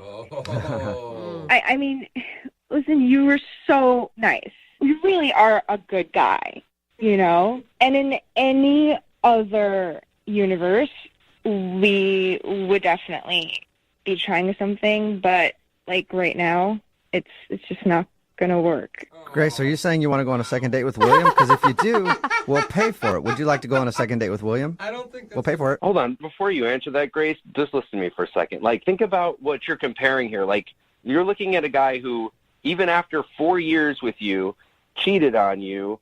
He only got back together with you because of, like, this desperate, like, attempt in the middle of the night to, like, come to your apartment after you're coming home from a date with another person. Right. Or you've got, like, this guy who, like, you had this really real connection with. You have a chance to, like, start over with something good instead of, like, going back to this old thing that you saw didn't work. And that, I mean, that's what you want to do? William, I'm so sorry. I really have to give this a shot because I really care about him. And again, like, you're so wonderful. And, like, what you just said to me, if I was single, I would be like, yes, of course. Oh, come on. Yeah. I think everyone right now who has been in a relationship where they've been cheated on is just screaming. Like, like, it's hard. I mean, I hope it works out for you, Grace, but the majority of people in your situation, you're just going to end up breaking up with them again and wasting more time and energy on a relationship that isn't going to last. That's your opinion, and you're entitled to have that, but I know him, and I have to give it a shot. All right.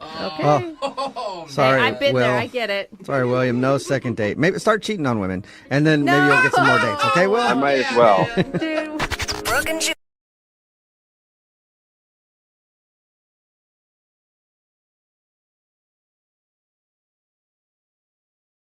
It's President's Day. It's Brooke and Jubal in the morning. And that's the one day where, as a country, we're supposed to think back about how hot all of our previous presidents were. Yeah. I see you, Millard Fillmore. Millie Filmy. Anyway, throughout the years, we've heard many presidential terms and phrases that any second grader should definitely know. But what about the people on this show? Do we have the brain power to remember a few simple facts about the history of this country and the great leaders who oversaw it? Well, we're going to find out because I guess young Jeffrey has come up with a friendly competition to see if any of us can remember anything about anything. Specifically presidents this time, but normally just anything. So go ahead, Jeff. Well, today We're going to be testing out that second grade knowledge that Jubal just referred to with the little presidential fill-in-the-blank fun. Oh, no.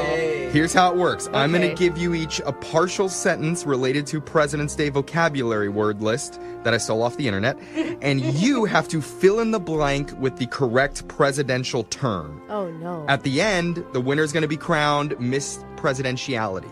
Oh. Okay. Okay. Ooh, Do I've we always get a wanted to be Miss sash? Presidentiality. You get a sash, you get a crown, and I, young Jeffrey, will kneel before you, Ooh. I bet and then we'll see what happens. Okay. Okay? I think I'm going to be the disappointed one, but whatever. You never know, Brooke. But let's get started. Jubal, you're going to go first. Okay. Your first question, fill in the blank here.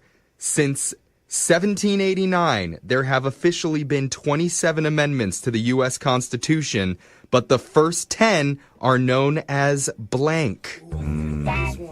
You know this. The first 10 are known as Yes? the intro. No. That is not it. That's your answer? Yeah. It's not like a mix. Are you being for The real? intro. Do you really? You know that. Maybe, maybe not, but I'm going with intro. All right, Oh. Jubal gets I that want to be one. Miss Presidentiality. You don't win by losing. You win by winning. The correct answer, if you were curious, is the Bill of Rights. Oh, yeah. It was really close. I knew that, but I want to go with intro. Yeah. I think it is better. Let's move on to Preface. Brooke here. All right. Your question. The group of philosophers, politicians, and writers who led the American Revolution against the Kingdom of Britain are known to history as blank. God. Benjamin Franklin, John Hancock. Yes, known those are their as specific the names. names, yeah. Badass bandits. What is their name? The congressional. Wait. Quartet. What were they called, you guys? Can I get help or can I not get Do help? you want them to? Because they want to win Read more it one over more you. time. Yeah. One more time, and I'll give you an answer. Okay, the group of philosophers, politicians, and writers who led the American Revolution against the Kingdom of Great Britain are known to history as blank. First Congress. It was the first Destiny's Child, wasn't it? They're known as the Founding Fathers of yeah. America. That's Right. right. Oh, Those yeah. daddies. Those guys. Yeah. Jose, it's your turn. Oh, God. I'm already going to get it wrong, but. The United States has a special group of 538 people whose sole purpose is to elect the President of the United States. This group is called blank. The Electoral College, baby. Yeah! Oh, my God. I knew That's the one thing I know about politics. Yeah, you The got super electoral- pumped up as soon as I he don't even know. was starting to ask that question. Jose's in the Easier lead. question. Jose is in the lead. Oh, you have to get them right if you want to be Miss That's Presidentiality? right. That's why we were telling you. Oh. Did you fail every test because you never paid attention? Probably. I don't even know if I took tests. Here's a chance to redeem yourself, Jubal, okay? Your next question. Before a new president is sworn into office, the previous one, while they're still running the country, is known as a blank. Oh, I know this. The previous one is known as Like an animal. a tiger. No. Hey there, tiger. Yeah, I'll go tiger. No. The previous president, while they're still running the country, is known as a lame duck. Oh. Yeah. A lame duck president. Feisty tiger. Brooke. Give me one of their questions. I know all the other answers. Brooke, you definitely know this one. Okay. A political action committee that is heavily funded by wealthy corporations is known as a blank. PAC. Super PAC. Hey, look at that. Political Action Committee. Wow. PAC. That's fancy. Yeah. All right. Brooke and Jose, you both have one. Jose, it's your turn. Okay. When you have a closed meeting of supporters for a specific political party or president, it's called a blank.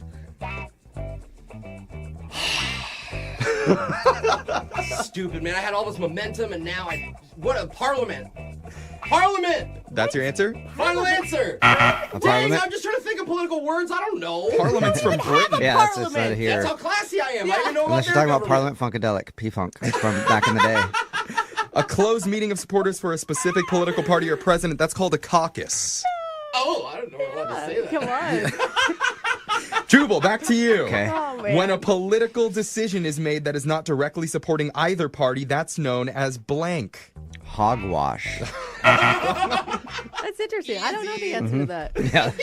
That's known as being bipartisan. Oh. When I you're not thought it was called supporting either hogwash, because party. that's what I would say. This doesn't support either one. This is hogwash. I feel like you wouldn't know bipartisan. It doesn't exist in this country right now. Jubal, you've gotten 0 Fine. correct so far. Oh. Brooke, let's go over. I know. Okay. Thought that was the way to be Miss Presidentiality. If I get this right, does it end the competition? I hope so. No, it wouldn't Okay. end it. Brooke, when the president travels to a state and campaigns to gain support for another candidate running for office, that's called blank. Supporting his best friends. Being a good bro. Yeah. It's called campaigning for someone else. The answer. Okay. That's called stumping. I didn't know that. Stumping. Like the president was in Ohio stumping for No candidates. one says that, Jeffrey. That is what They everybody say, yeah, says. I've heard it a lot. I've never heard Jose, so Stump away. Jose, if you get this question right, you will actually win this. Oh my God. Okay. All right, here we go. A preliminary election to appoint delegates to a party is known as a blank. I'm not helping you. I don't want you to win. Say it one more time. A preliminary election to appoint delegates to a party is known as a blank. A primary. He got it. Jose officially wins.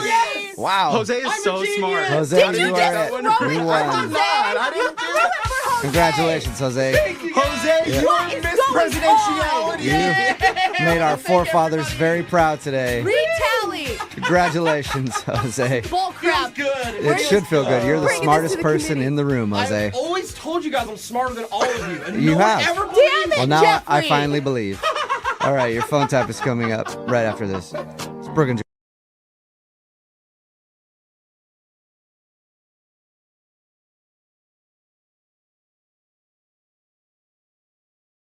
Women love an artist. As a matter of fact, that's why it's called the Mona Lisa. Not a lot of people know that, because when Leonardo da Vinci painted it, all the ladies saw it and moaned. Little known art fact. Oh, and thank you for our art education this morning. sounds like we have a modern day Da Vinci on the phone with us. His name is Nathan. And I say that because Nathan apparently took the girl he wants to call today to a painting class. Oh, And fun. Nathan, did she moan? A little. What? Nice. Come on, Right. Nathan. Not Yeah. right off the top, all right? Listen, we got to work up to that kind of information. I mean, I'm a good artist. What can I say? Yeah. Yeah. Before you tell us about the date, first of all, what's her name? Her name is Madeline. Madeline. All right. And how did you meet Madeline?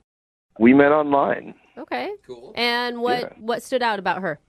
I gotta say, she just kind of had these eyes, these nurturing eyes that kind of resonated with me. And Okay. Good. I'm glad you described the eyes. I thought you were just going to leave it at she had these eyes. And I was like, whoa.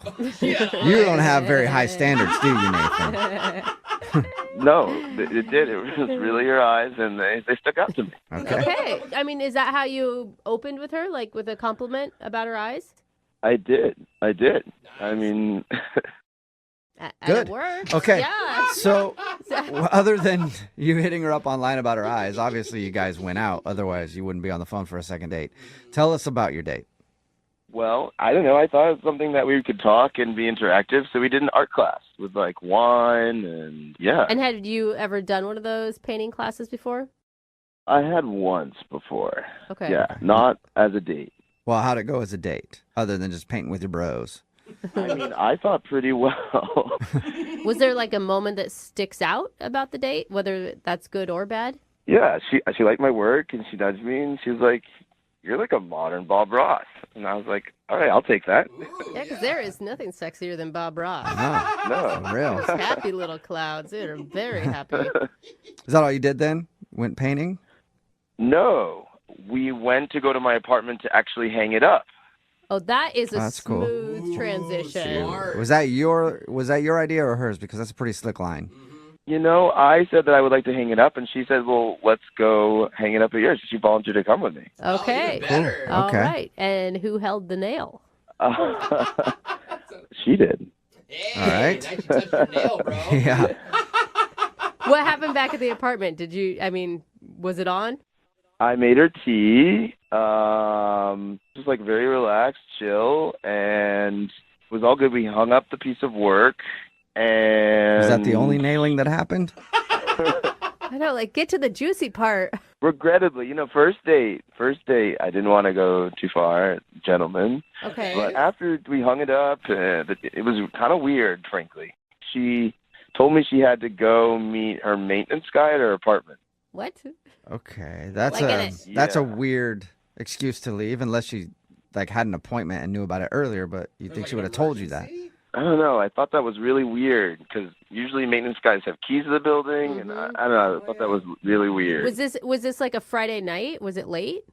It was Friday. It wasn't crazy late. It was like 10:30, 11. Well, 10:30 or 11, yeah, that is kind of late. I mean, maybe, but I don't know. We were having a good time. It just seemed out of the blue. So that was it. She left to go meet her maintenance guy. And did you get a kiss or a hug or anything like that? Yeah, I gave her a hug, and it didn't feel like, she didn't pull away or anything. It felt nice. And then she left. Why do I picture her using maintenance guy in quotes, like air quotes around it when she told you? Whoa, like she's running off to the next guy or something? I don't know. Or something else. Yeah. Something other than you. Wow. Anything other than you is what it sounds like. Have you talked to her since she left? I haven't heard from her at all. No text, call in about 4 days. And you've tried to get a hold of her? I've definitely tried to get a hold of her. So it seems like an excuse then. What do you think could have gone wrong? Well, the only thing is, I like really strong teas, and I do, teas can have effect. And my experience, girls don't love, using the bathroom. So maybe that was just her quick idea to get out and because of the go home and cheese. use the bath. Well, I mean, there are some teas that do a number on your system. Oh, teas. And I couldn't tell if you were saying teas or cheese. Both can cause Teas, problems. yeah. Exactly. Yeah. So you're thinking maybe you gave her tea and it had a laxative effect and she's embarrassed now? Yes. Okay. All right, well. All right. We'll play a song and then come back and call her and see if that is the reason she's not calling you back, all right? All right, that'd be awesome. Okay, hang on. We'll get your second date right after this. Right in the middle of a second date, and if you're just joining us, Nathan is on the phone, and he wants to call a girl named Madeline. They went out to an art class together and actually went back to his place to hang up the art, and that ends up being all that happened. They literally hung up the art. She had some tea, and then she made probably one of the lamest excuses to get out of a date that we've heard in second date history. So congratulations, Nathan. You have now made the record books and getting blown off in the worst way possible. Wow. Yeah, I don't know if that's a good thing. Yeah, maybe not. She told Nathan she had to leave at like 10 or 11 o'clock on a Friday night because she had to let a maintenance guy into the building. Even she in her head was like, really? A maintenance guy? That's all I could think of? And now Nathan is not getting a call back. All right, Nathan, we're going to try to get her on the phone. Are you ready? I am ready. All right. Be prepared, Nathan, because I have a feeling you did something really wrong that you're very clueless about. All right, well, let's find out. Okay, all right, here we go. I'm going to dial her phone number right now.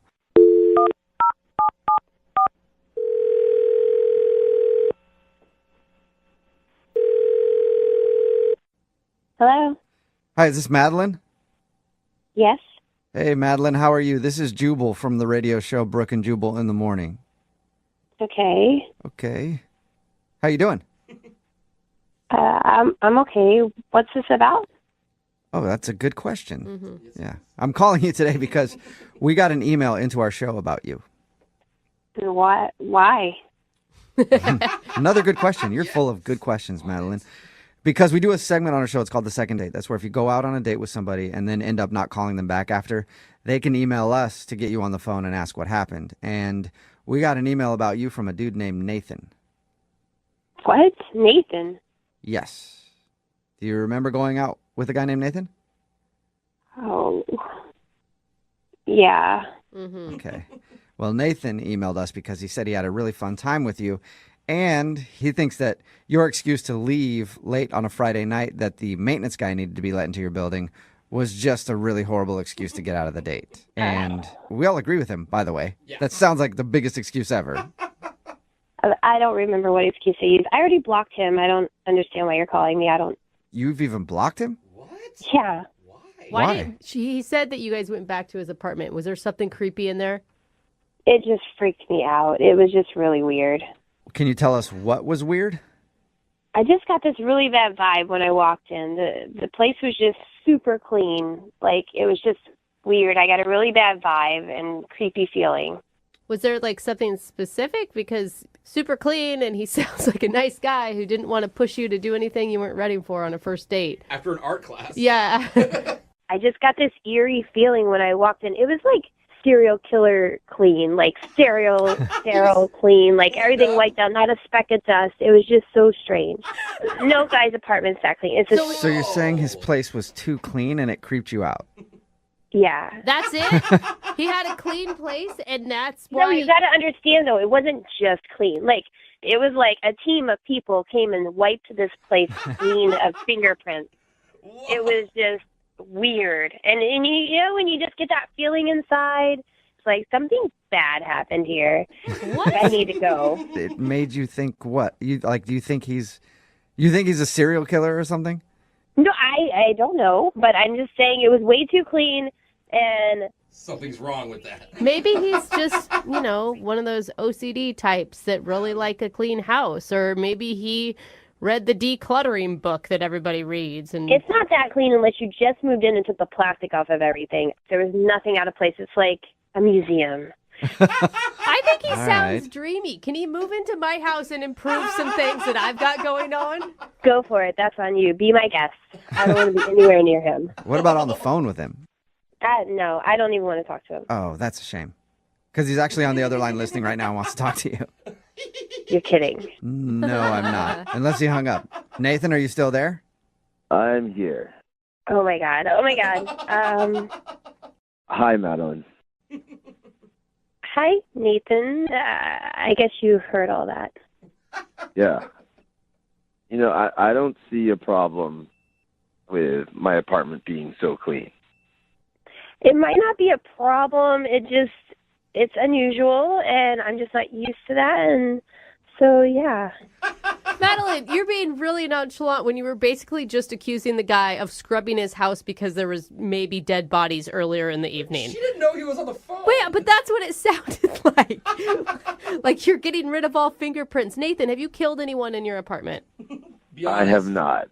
I'm sorry. I just got a weird vibe when I came in, and Madeline, why would you want to be dirty? Why would you want that? What? I don't. I'm just saying your place is, like, so clean. It's just freaky. I mean, I have had people comment on how clean it is, but I don't like dirty things. Dirty things really upset me. Okay, so now that did sound a I'm little starting crazy. to get Okay. a little bit on Madeline's Yeah. side now, Nathan. That was kind of creepy. See? I'm not crazy.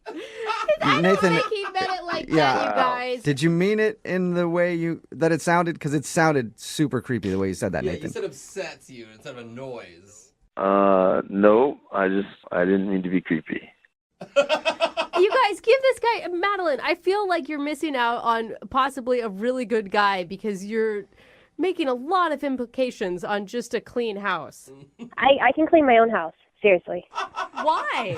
I mean, would you rather have a dirty boy? Because I've known dirty boys, and I refuse to be a dirty boy. Are you just messing with us now, Nathan? Nathan, are you like doing this on purpose? Doing what? Nothing. Yeah, never mind. I mean, I've told you, if dirt is bad, it's the enemy. And if I see dirt, I will get rid of it. I like a clean apartment. Get rid of it? See, guys, what happens if I come in and my shoes are a little dirty or something like that? Like if we did. There will be no dirty shoes in my apartment. Oh, okay. Because I would ask you to take them off. I just don't like dirty things. Okay. But Nathan, what happens if we're eating and I drop something or spill something or make a mess? Then what? Then we'll clean it up right away. Okay. You're going to get angry at me? I do not get angry. I just clean the dirt. This is so strange. Yeah. Huh. Yeah, I mean, Nathan, you're obviously passionate about cleaning. Huh. Very. Madeline, listen, if you come over again, I will show you that we can make something dirty together, and then I will clean it up. Okay. Sounds like a great second. Yeah, it does. On that note, I'm just going to ask you, Madeline, would you like to go out with Nathan on a second date? We will pay for it, even if it's cleaning supplies. As tempting as that is, I'm okay to not go. Yeah, You I sure? feel like trusting your gut may not be a bad choice for you. Well, Madeline, I'm really bummed that you'd rather date a dirty boy than me. You're making a mistake. Stop saying dirty boy. All right, Madeline, so take care, because the dirty will be judged. Goodbye. Okay, I think you need to do more than just block him. Madeline, are you still there? I'm a little freaked out and scared. I got rid of him with the blocking, and here you guys opened that back up like freaking Pandora's box. He doesn't know anything about you other than your phone numbers and stuff, right? Yeah, he doesn't know anything. He probably doesn't even know my last name. I blocked him on everything. Okay, good. All right. Yeah, you are safe. And I feel sorry for all the dirty boys out there right now because Nathan sounds like he might be fired up to do some cleaning tonight. I hope not. Moving 92.5. Brooke and Jubal's second date update. Ladies, I'm going to tell you a little secret about guys. Okay, dish. Men love a woman with a little tude. Little attitude. Okay. Little spice. Little feistiness, Not true. Not too feisty, obviously. Not like, go fight that guy for me. Oh, not scary. But just a little bit of cayenne on that macaroni. I know. Because that feistiness tells us something. It tells us you're passionate. And you're probably into some freaky stuff. Yeah, lady in the streets, freak in the sheets. Yeah, we love it. Okay, the cliche. And I have a feeling that the girl on the phone today for a second date update is definitely a little freaky because of what she ended up doing on her first date. Okay. Freaky or crazy? I'm intrigued. Let's find out. Her name is Rebecca. Rebecca, you a freak, huh? A big one. Oh, Okay. yeah. I like a woman who will own that. Well, I'm just messing around with you. Tell us about the guy that you went out with. What's his name? His name is James. Oh, you do sound feisty. Where'd you meet James? We met on this dating app. Okay. What'd you like about him? Well, in his picture, he looked pretty hot. I mean, he was muscular. He just looked like he could do some things. Okay. Freakalicious. All right. So what'd you and James do on your date? We went to this little diner. Okay. And I was there first. I kind of like to do that. Why? Because if I don't like what I see, I normally kind of just leave. Oh, shut up. You sneak out the back door. Wow. Well, I don't really have to sneak too much. I already have my shades and stuff on me, incognito. Oh, God. I see you in like a wig with one of those fake noses sitting at a bar counter, deciding whether or not to take it all off or just to stay low. Yes. So with James, you decided to stick around. Yes. So with James, I noticed him come in, and he looked a little different than his pictures. In a good way, or? Like he looked like a whole lot different, like maybe about 50 pounds bigger than his picture. But that was okay with you, apparently. That was absolutely not okay with me. Oh. I mean... Okay, so wait, what did you do? Initially, my first thought was run for the hills because he's such a liar. Why would I mean, don't lie. It's online dating. So, we're going to meet. I mean, I guess at some point you changed your mind and introduced yourself? I mean, yes. So at one point, like I said, I was thinking I'm out of here. Then I thought, you know what? I'm going to go back. I'm going to just let him know that this is horrible. You shouldn't do people this way. Oh, you're going to tell him off. That was my first thought. Then I looked next door, and there was this furniture place, and I'm like, let me go over here really quick. And I end up buying a pillow. What's going on? Hold on. You ditch the guy. You decide to go back. In the middle, you get distracted. Wait, so listen. This is important. Okay. You got to hear me out. So I went and bought the pillow, and I actually put it inside of my shirt because I wanted to go back to show him, like, hey, I'm not who I said I am either. So you put a pillow in your shirt to make it look like you're big or pregnant or something in the middle. All right, so you're getting even with him for not showing who he really was in his picture. Exactly. I want him to see what that looks like. Okay. Yeah, this is some freak stuff, I'm telling you. Yeah. So how did that work out? Oh my goodness. The moment I came up, he acted like it was just okay. Like, hey, how are you? And I'm like, what the heck is going on? Wait, what? Oh, he's a nice guy. He's like, sure, you look like you got a square stomach, but that's fine.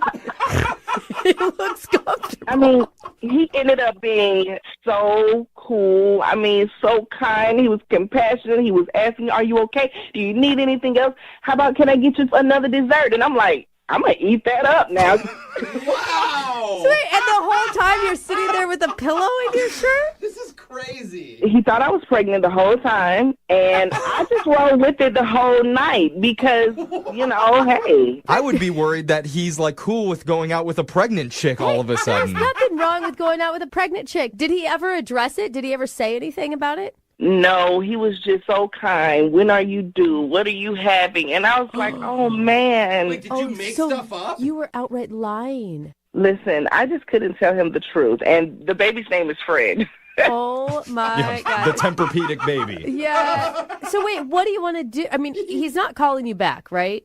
He keeps calling. He's wondering how I'm feeling, how I'm doing, when are we going to hang out. Oh, he is calling. And I just don't know, guys. I don't know what to do. I need your help here because I want to hang out. I enjoyed him afterwards. He's great. And I'm like, do I tell him the truth? Like, I have to? Do you have to tell him all the truth? Because the whole truth is like, hey, you're really fat, and I was going to show you how much that sucks by putting a pillow in my belly, and now you think I'm pregnant. I think your best bet is to actually go out and get pregnant for real, and then you're not lying anymore. You know, that's a long play. You got to wait a little while, and he's going to be like, wait, you're still pregnant? 9 months later. It's a 14-month pregnancy. Yeah. He's even asking me, like, if you don't have anyone to be in the delivery room, I'll be there for you. And I'm like, oh, my gosh.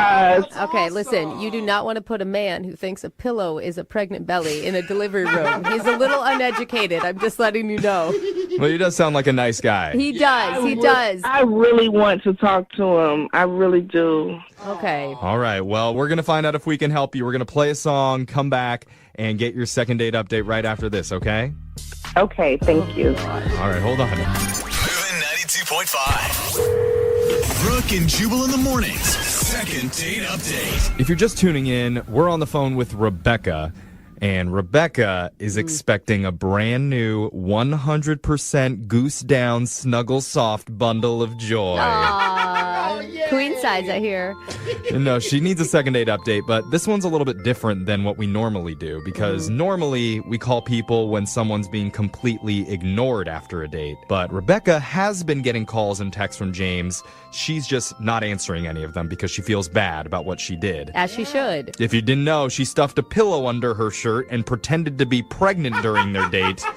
And she only did that because when he showed up, he seemed a little heavier than his profile pictures. A lot heavier. But now Rebecca wants to make things right and get another date. Rebecca, how do you want to handle this exactly? Do you want me to tell him that you faked your pregnancy, or do you want to deliver that news? Deliver. I get it. No. That's dumb. I feel so guilty about doing that, you know? I mean, now just looking back at it, it was such a petty mistake. It was. And you do want a date, right? You're not just using this just to, I don't know, clear your conscience. Yes, I do. I mean, if this is going to go on, if this is a potential partner, then I don't want to go in lying. Okay, so you're going to tell him that it was not a real pregnancy. I don't have to do that for you, right? Right. Okay, good. Because I've already done way too many fake pregnancy announcements this week. I need a break personally. But let's call James for you, okay? You ready? I'm definitely going to do my best. Like, I'm so nervous. Yeah. Right. You'll be okay. Yeah, just breathe. Yeah. Breathe through it, and we'll get through it together, okay? Here we go. We're going to call James. Okay. All right, here we go.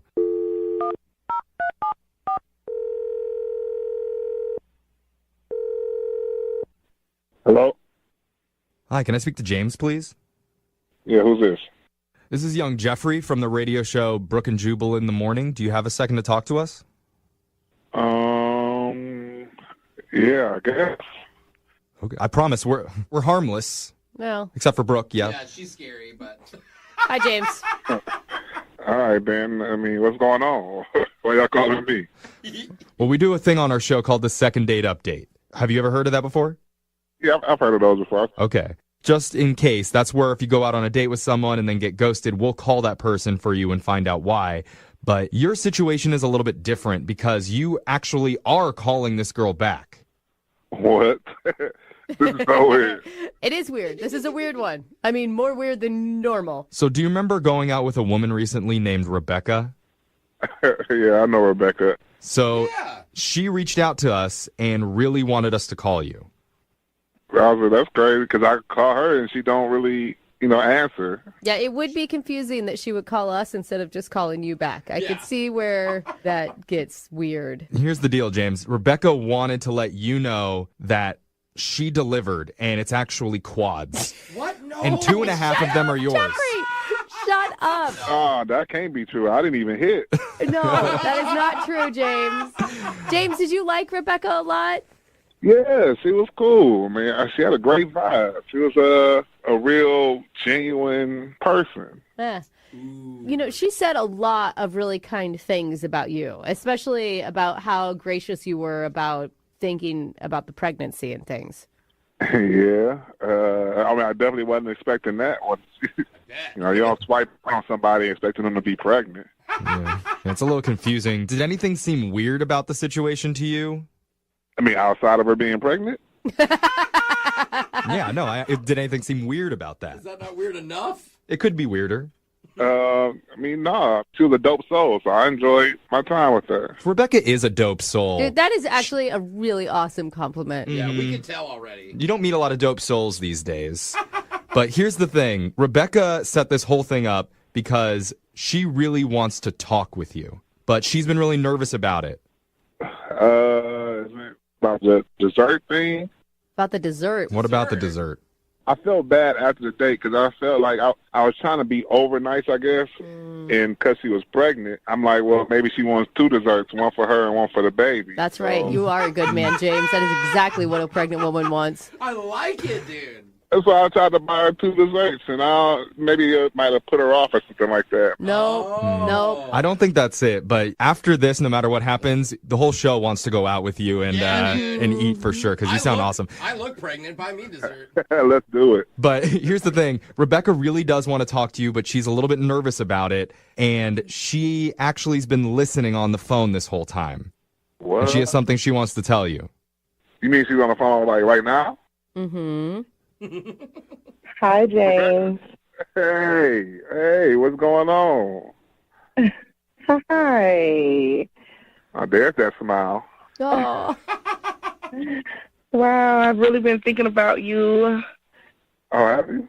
That's good to know. I mean, I've been trying to reach out to you. I didn't know if you weren't returning my calls, because maybe I upset you or, when I bought the 2 desserts, maybe that... You thought I was calling you fat or something, and you were just kind of shading me. I didn't know. No, the 2 desserts were fine. Thank you. All right, then. You didn't drop 4 babies, did you? Jeff was kidding. Oh, okay. No. About that. All right. So okay. It's hard. It's okay. So there's no baby. I'm actually a surrogate. I don't have the baby anymore. What?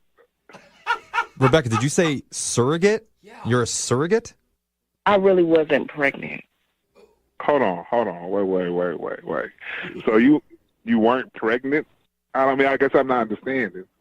What about that second dessert for then?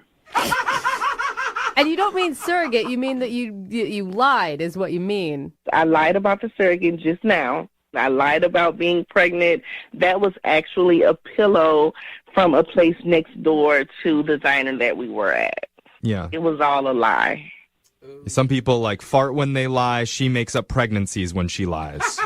What would make you even lie about something like that? I mean, most people try to hide an actual pregnancy. You come in pretending to be pregnant? The opposite?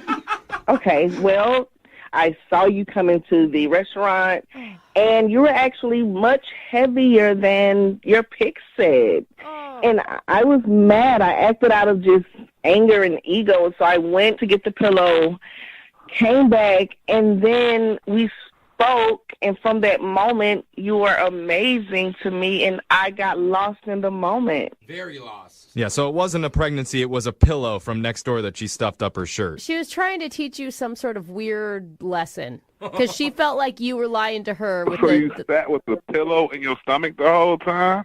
That's so weird. I mean, yes. Yes, I did that. I mean, I put on a little weight. It's not, come on now. James, it's not a little weight. That wasn't a little weight. I mean, come on. Okay, I will say this. I don't want it to become a thing. I am so sorry, and I actually want you to forgive me because I really like you. I like you, too. I honestly think you dope. You're a dope soul, for real. You still believe that after the whole pregnancy scare? Slash lie? I mean, I really don't mind that she's not pregnant outside of her calling me, you know, chunky because of my picture. Well, she feels bad about the whole thing, James, and she's really hoping that you'll forgive her, and she promises that she won't fake a pregnancy again until you're in a committed relationship. So no more fake pregnancies? Well, at least not until you're definitely together, and then it would actually count. But here's the thing. If you're willing to give her a second chance, we will pay for a date for the two of you. As many desserts as you guys can handle. Oh, I'm eating both of them this time. No, I think that was what started this problem, James. Right. I guess so. James, so after everything you heard, you really want to go out with me again? It's crazy, but you know, I thought I vibe with you. I can dig you, you know what I'm saying? You guys are so cute. Oh, They're both dope souls. I know. I love it when two dope souls find each other. You know, maybe one day then I can actually, you know, put that baby up in there. Oh, dang, James. I went 0 to 100 real quick. Well, definitely keep us updated. Congratulations, Rebecca. You got your second date. Thank you. And I like your chunky, by the way. It's okay with me. Yeah, it's all right. You can make love to a teddy bear. Okay. Wow. We Now it's gotta starting cut to this get off. It's about to uncomfortable. get like R-rated in here. Congratulations, you guys. Cow.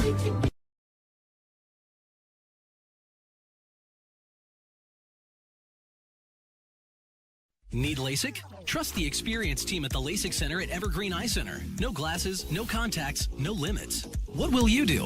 LASIK at evergreen.com. Moving 92.5. Brooke and Jubal's second date update.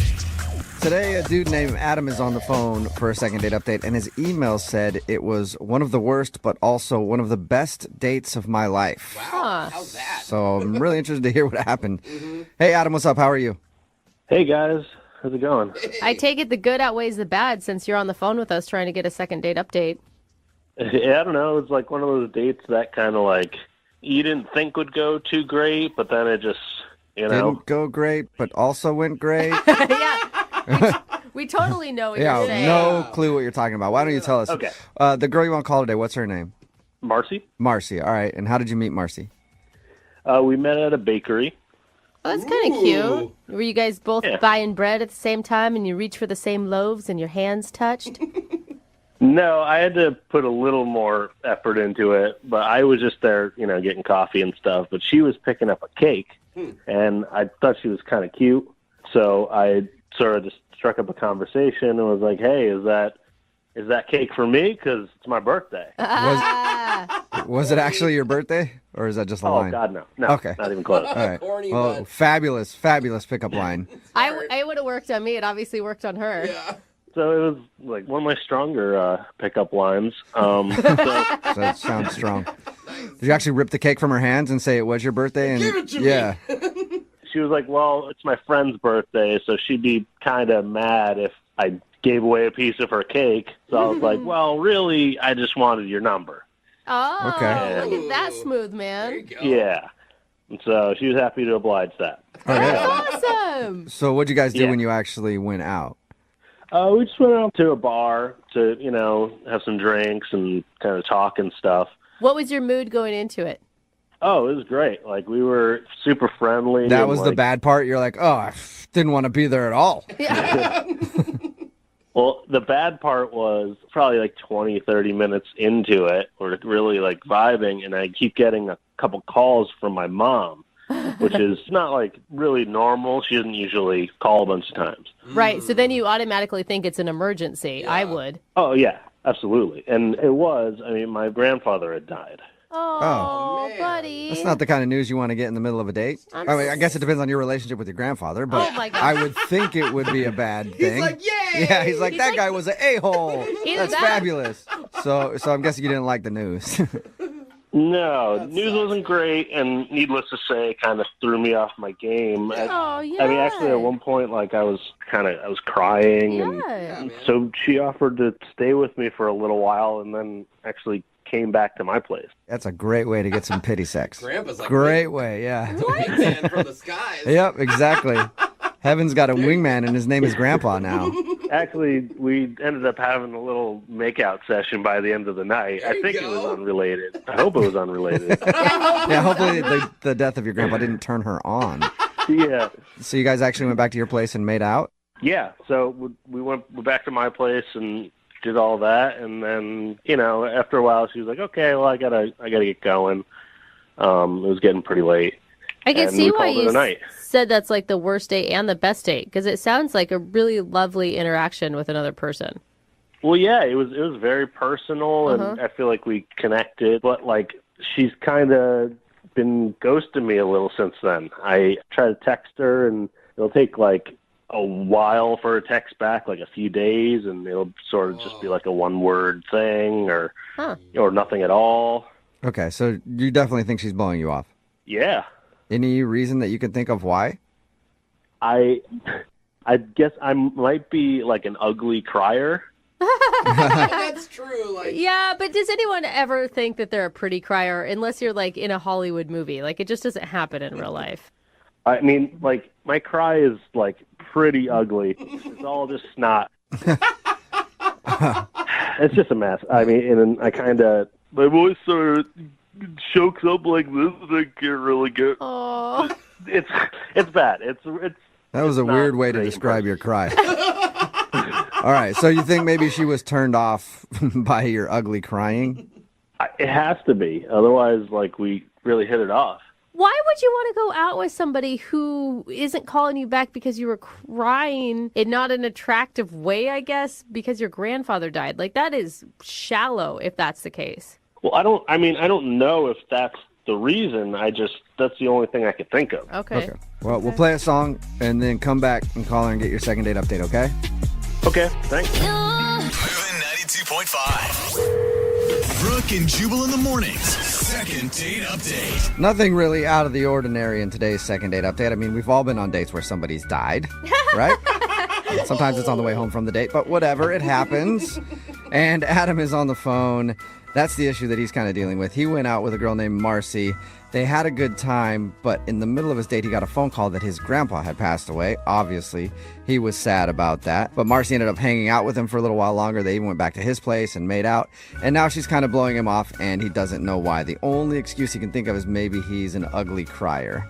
Adam, are you ready to call Marcy and see why she's not wanting to go out with you again? Yeah, I'm pretty anxious to find out. And I forgot to ask because, I mean, you're thinking like maybe it's the ugly crying thing, but you guys made out after that, right? Yeah. Yeah, and you didn't cry again after your makeout, or you did? No, not during either. Okay, yeah, I was going to say during would be even worse, I think. All right, well, I'm going to dial her phone number right now and see if we can figure it out. Here we go. Cool.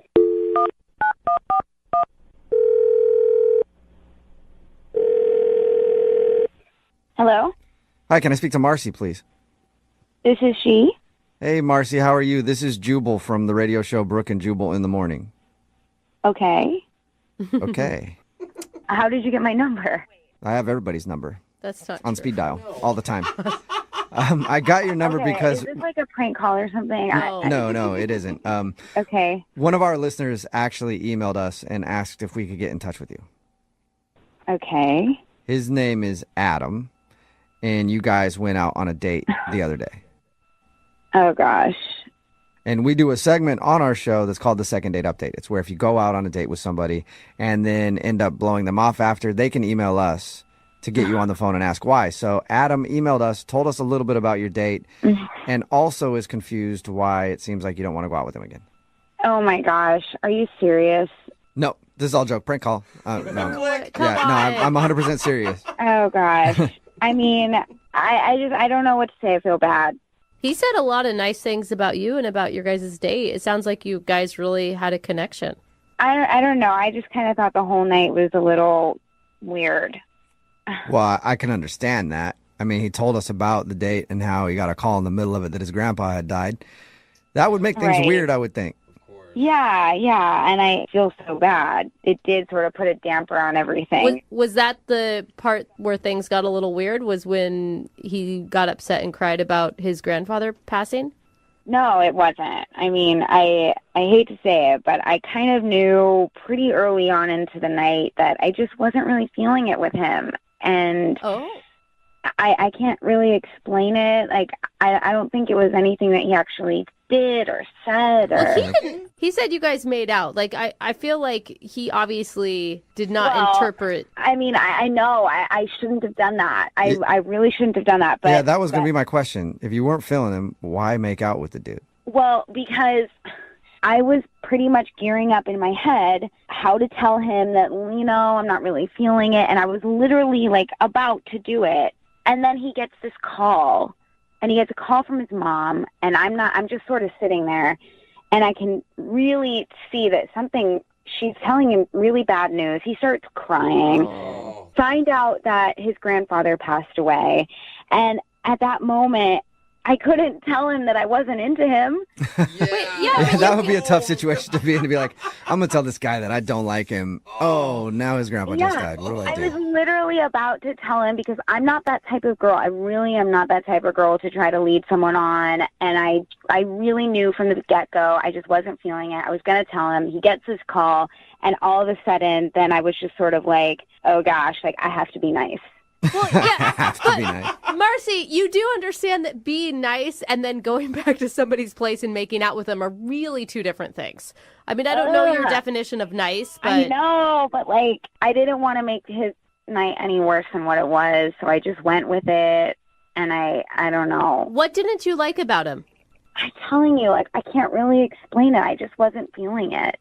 Yeah, I mean, we all go out with people where, for whatever reason, you just don't really like them. It's not that they're unattractive necessarily. They're just like, Yeah, I don't know. I think in the very beginning, it was just the conversation fell a little flat, and I didn't feel that spark. I didn't feel chemistry. Yeah, I mean, we get all that, but why make out with him?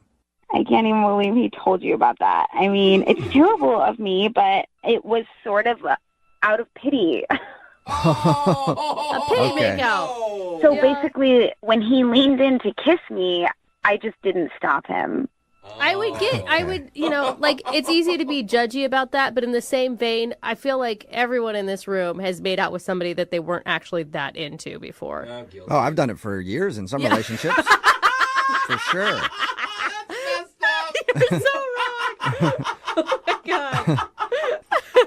I don't know, guys. Like, as much as I knew that I really shouldn't be doing this and that it's so out of character for me, and I was not trying to take advantage of him in any way, but at the same time, I just witnessed this guy that I hardly know get told that a very close family member of his passed away.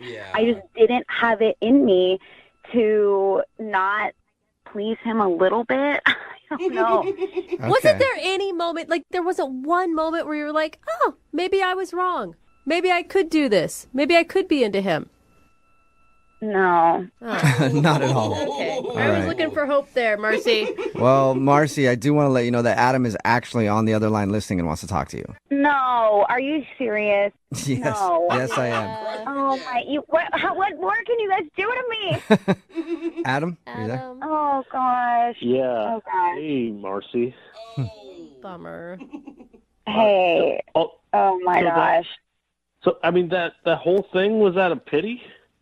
I mean, I just didn't want to hurt your feelings. I don't know. You had already been hurt enough that night, and I just really felt so bad. As hard as it was for you, it was hard for me too, because I was stuck in this like rock and a hard place, you know. I mean, like we got pizza together after, like that was just out of pity. Like, is a pity pizza? Good name for a restaurant. I mean, man, I don't really know what more I can say. But I mean, did you give me like clear signs that you weren't interested? It seemed like you made out with me because of pity. I mean, pretty much. Yeah, I'm just being honest with you now. I feel like mean, that's worse. you called the radio It is station. worse. I don't know what more. It's worse. I just. I mean, you used a lot of tongue for a pity kiss, right? Oh gosh. Okay. Yeah, I mean, you know, Marcy, a pity kiss has a certain amount of tongue. Were you going overboard on the tongue with your pity kiss? Right. It was not a non-committal makeout session, you know? Like I said, I felt really bad. I literally said I had to do something to like make your night a little bit better, and I don't know what else I can say. Wow. I mean, you are a very talented actress then, because you know, this performance and what you did the other night, like I can't tell what's real and what's not anymore, honestly. I mean, what's real is that I think you should just try to move on. Ooh. Just because I did that, I don't think it means that I have to go out with him again. No, it doesn't. It was just A second one would be another pity. Yeah. And it's like 2 pity dates, basically. yeah, and now we've gotten in too deep. You know what I mean? It's I mean, I can't believe you would do that. If that happened to you and one of your relatives died, I would do the respectable thing and just walk away. Just get out of there. okay. Leave you alone. Yeah. Guys, like I don't really. This is getting to be too. I tried to be nice. I really did. I'm really sorry. Okay, well, don't be sorry just yet, because I do have to ask you if you'd like to go on another date with Adam. We will pay for it. Would you like to go on a second date? No. Okay, I thought that was coming. Adam's like, I didn't even want you to ask that question anymore. Because Marcy, you are a real piece of work, just like leading a guy on like that. That's Seriously? unbelievable. Okay. This is taking me back so much. I was literally just trying to be nice to you. I was trying to support you. I mean, is there anybody here that can back me up on this? Am I crazy or something? I was just trying to be nice. No, they're not going to back you up. Okay, I guess not. Well, either way, Adam, you didn't get your second date, and at least you know why now. And Marcy, thank you for taking the time to talk to us about it. Appreciate it. Yeah, now I feel 100,000 times worse. Thank you. Well, Sorry, I want both you guys to think about this. That night when you guys were making out, Adam's grandpa was watching you. Think about that. Brooke and Jubal in the morning. Text in at 78592 said, I probably would have done the same thing. Brooke and Jubal in the morning, talking about today's second date update. If you missed it, this dude Adam wanted to call a girl named Marcy that he went out with. When they were out, he found out that his grandpa had actually died, and he was very upset. But she was there for him, and they went back to his place, and they even made out. But when we got her on the phone, she admitted that she was never really into Adam. She only stayed with him that night and made out with him out of pity. Yeah, a little pity makeout. Yeah, she was about ready to tell him that she wasn't into him. And then he went to go, like, oh, well, then he got the call that his grandpa died, and then she was like, damn. It kind of blew everything. Yeah, I will say, I think the most important text that I agree with that we've gotten several is, he did sound exactly like Seth Rogen. Yeah, he did sound a little bit like thinking that. That's the most important piece that It you was took from bugging me. everything. I'm like, who does he sound like anyway? Sorry. Maybe it was Yeah, he Seth does. Rogen. Anyway, they are not going to go out again. If you want to do a second date update, just email the show, and we will call the person who didn't call you back. Young Jeffrey's Song of the Week is coming up in just a few minutes at 8:10. Move at 92.5.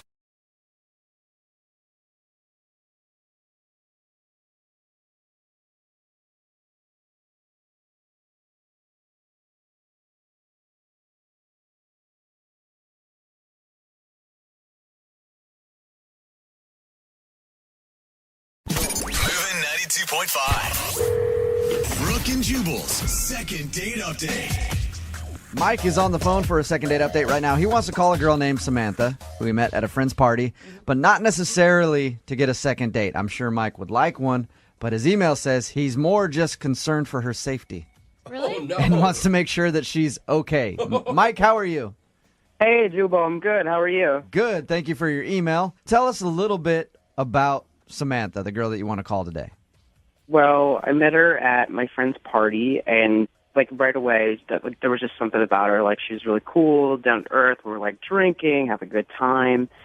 So we like exchanged numbers, and it's like really hard for me to ask girls out. I don't know, it's just always kind of been hard for me. So I finally worked with the car to do it, and I got tickets to a show, and I asked her if she wanted to come. So that took Okay. a lot of courage. But you never made it to your show, did you?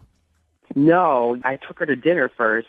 We went to this Chinese place, and it's like another weird. I don't know why I picked that place. Like I'm really terrible with chopsticks, but That is something to think about. she helped me with my chopsticks. And during dinner, she went to the bathroom, and when she came back, it was like 10 minutes later, and she was soaking wet. She was like really sweaty. Oh my gosh. And she said she ate something weird, and she was like hunched over, and she looked pretty terrible. Like I was like, oh my god. So it was like food poisoning. Yeah, I guess some kind of food poisoning. I mean, I didn't get what she had, so There was no like allergic reaction where it looked like her throat was going to swell at any moment and her face was blowing up. no, it looked more like a stomach thing. It looked like Okay. she had eaten something bad, and like she was sweating. Like she looked like she had been poisoned. Okay, and you didn't look her in the eye and go, hey, tough it out, sit down, finish the date. We still have to go to a play later. I bought tickets to a show. I'm going to waste money now. You realize that? Sit down. You didn't do that? No. I thought she was like really sick, so I stopped the date and I offered to drive her to the doctor, but she just wound up taking a cab, and I told her I would text her later to see if she was all right, and I did, and that was 4 days ago, and I haven't heard from her since. Have you tried to call her at all? I don't know. I feel like kind of awkward about doing that because I feel like maybe I don't know. Like I hope she's okay. Like maybe she's still sick. Like I don't know. I just kind of. Have you checked with your friends since you guys met at their party? She doesn't really know them. She was just at the party, so Okay. my friends don't even know her. All right, so you just more want to find out if she's alive. Yeah, I mean, I wonder if I hope she's okay. Now, let me ask you this. What would be better if we call her and we can't get her on the phone because she's deathly ill still? Or we get her on the phone and she just didn't want to go out with you again, so she faked being sick? Oh. Well, like obviously, I hope she's not deathly ill, but that would suck if she's sweating me. Props to her if she can fake sweating. Yeah. Is there anything else, Mike, that you think could have happened on your date where she didn't like you? I mean, from the sounds of it, she just got sick and she might not be ready to call you back. I mean, maybe it was the chopstick thing. I don't know. Some girls are weird about that. That's usually somebody not getting a call back. I doubt it's the chopstick thing, Mike. All right, well, we'll play a song, come back, and hopefully we can get her on the phone and get your second date update, okay? All right. All right, man. Hang on. Moving 92.5. Brooke and Jubal in the mornings. Second date update. Hey, Mike? Yeah. I think you're good. I don't think there's anything you did on this date that could come back to hurt you. You just told us how you took this girl out for dinner and she got sick halfway through and had to leave and hasn't been calling you back. I think she's probably embarrassed. Mm-hmm. I don't think you did anything wrong on your date.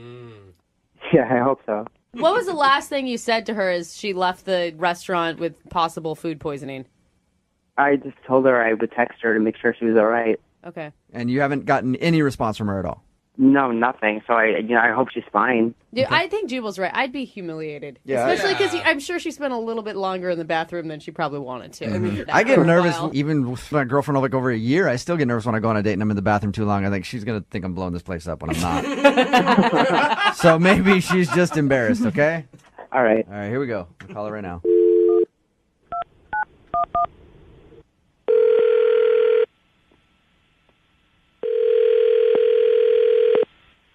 Hello, Hi, can I speak to Samantha, please? this is Samantha. Hey, Samantha, how are you? This is Jubal from Brooke and Jubal in the morning. Hi. Hi. What's going on? Nothing. Do you listen to our show, Samantha? No, not usually. Oh, that's too bad. Because somebody actually sent us an email about you. Okay. You recently went out with one of our listeners. He enjoyed your date. I guarantee that you didn't enjoy the date very much. But you haven't been calling him back after he's texted you a few times, and he wants to know why. His name is Mike. Oh my God. And I remember Mike. he told us about your date and how you got sick halfway through dinner. Yeah. Why don't you tell us from your perspective how your date went? He's really nice. Mike is nice. That's not how your date went, though. Well, I got sick. I just had to go. So, how sick were you? I couldn't stay. Okay. Is that the reason you're not calling him back? I mean, why won't you get back to him? He says he's texted you even just to check and see if you're all right. He's actually more concerned for your health and everything else than even getting a second date at this point. Well, it was like we didn't even finish a first date. So Right. why is he so concerned? Samantha, if I were to go out on a date with you, if you were that lucky, and you got sick halfway through and then weren't calling me back, I would be concerned about you. I'd be wondering if you were okay, and that's pretty much what Mike wants to know because he's been trying to get a hold of you, but you haven't been calling him back. You can tell Mike that I'm fine. Because I'm fine. you just sound so hesitant about this whole thing. Were you really legitimately sick? I mean, why does it matter? Yeah, why does it matter? Okay, we all know that oftentimes when a girl says she's fine, that's not true. So what's the truth, Samantha? Why don't you want to call Mike back? If I'm being completely honest, there was other stuff going on, so I had to deal with it. But you had There was other stuff going on. There's stuff happening that night that I needed to take care of, so I just needed to go. Okay, so did you make up the sick thing to get out of the date then? I mean, kind of. I know. Job well done. Because You did? The way he describes it, it was believable. You did? You made up being sick to get out of the date? Well, I had to leave. I had to go, and I didn't. I mean, it was just a spur of the moment thing. It was an instinctual. But I had to go. I feel bad. Oh, I feel bad. Well, why couldn't you be honest about it? I mean, what was so secretive or embarrassing that you couldn't? It was personal, so I thought okay, I'll just spare him the details. I'm just gonna go. Samantha, I know this is a weird phone call to receive, and I appreciate you staying on the phone with us, but can you just tell us what it is? Because Mike wants to know. He's been going crazy trying to figure out if he did something wrong on the date or if you were sick and if he could help you out in any way. What else was going on? This is a way bigger deal than it was supposed to be. Yeah. Okay. There's this other guy that I was really excited about going out with. And I actually got a text from him while we were in dinner, and I went to the bathroom to check it out, and it was literally he had 2 hours to hang out, and then he was leaving to go to Korea for a month right after that. And so that was the only time I could see him, and we had a thing going on, but I didn't know if I would see him again. Dude, that's low, Samantha. That sucks. So now you make me look like the complete villain. Well, come on, dude. You went into the bathroom and ditched the guy for somebody that you thought was better. That's why I didn't say anything. It's awful. What do you think Mike would say if he heard that? It would suck. I mean, I think that's why I didn't want to say anything to him, because he's really nice and he's very sweet. I feel like it would really hurt his feelings. I feel like we should find out from Mike. Oh, God. Don't you, Samantha? No, I don't think we should. What if I told you it's too late and Mike is actually on the other line listening? Are you serious? Hi, Samantha. Oh my God. I'm sorry. I'm sorry if you heard all of that. I didn't want to hurt your feelings, so I was just Seriously? But I don't understand. protecting you. Why agree to go out with me at all if you already, how many boyfriends do you have? It's not like that at all. It's not. I mean, I don't do that. I don't. Well, but you did it. I don't. Why? I don't. You did it to me. I was trying to protect you. See, this whole thing wasn't even supposed to happen. Yeah, but you're a liar. You put on a whole show for me. I mean, what am I supposed to do? Come back to the table and say, oh, shoot, I gotta go. I'm gonna go out with this other guy because he's leaving, and the whole story, and then sorry, bye. Would you it like that? No, I don't know why. Why did you even if this guy was leaving anyway? Why are you seeing me the night before? When you're gonna bail on me, regardless. Why? What are you? I didn't know that I was gonna bail on you. I didn't even think I was gonna see him again. To be honest, dude. That's all you got. I don't know why you're so hung up on this, because it's we had a date. So just lie to somebody. Sometimes people say things to make things better when it's better in the end that you don't know the actual truth. How are you justifying this. If one of your girlfriends went through the same thing with a dude, you would have so many horrible names for that person. Yeah, it would be up, and like everybody would have a lot of great conversation to have over coffee the next But morning. you're not even sorry. I mean, what am I supposed to say at this point? I'm not sorry. I mean, I'm sorry if you're upset, Mike. I'm sorry if you're hurt. I didn't mean to, because that's why I did what I did. Like, I literally thought you were dying from food poisoning, but you were really just shacked up with some other guy doing God knows what, and, like, I'm worrying about you. Mike, we didn't even finish a whole date. We were there for, like, 45 minutes. 45 minutes of your life has impacted you so intensely that you have to, like, draw it out like this. I can't believe this. Hey, Samantha, are you still seeing that dude? The one that went to Korea? Are you guys like, I mean, I know he's gone, but are you guys still seeing each other? I don't know. We'll see what happens when he gets back. He does not care about you. If he was going to Korea and he knew it was the last night to hang out with you, he wouldn't have just called you that night. He would have planned something. Yeah. Like, the dude doesn't like you that much. That would be really up. Really? Well, since that dude's gone, Samantha, I would love to ask you if you'd go out with Mike one more time. Just give it another shot. Would you like to go out on a date with Mike? We'll pay for it. Yeah, I don't really want to go on a date with Samantha. Mike, I'm asking Samantha right now, Mike. Samantha, would you like to go out with Mike? No. Mike, you're not interested in going out with Samantha again, I take it? She's a liar. No. You're like a mind reader, Jubal. Yeah, I don't know how I figured that out. So are we good? Like, can I go? Because I need to, like, do my life and stuff. Yeah, Samantha, thank you for your time. Thank you for your honesty. Oh, my God. I appreciate it. Have a good one, okay? Bye. Oh. Dude, she's a There you piece go, of Mike. Work. Well, up. Yeah, well, I mean, you got your answer. I told you at the beginning of this, there's no way it could possibly go wrong for you. Proving once again my track record of being right. Not so good. Brooke and Jubal in the morning.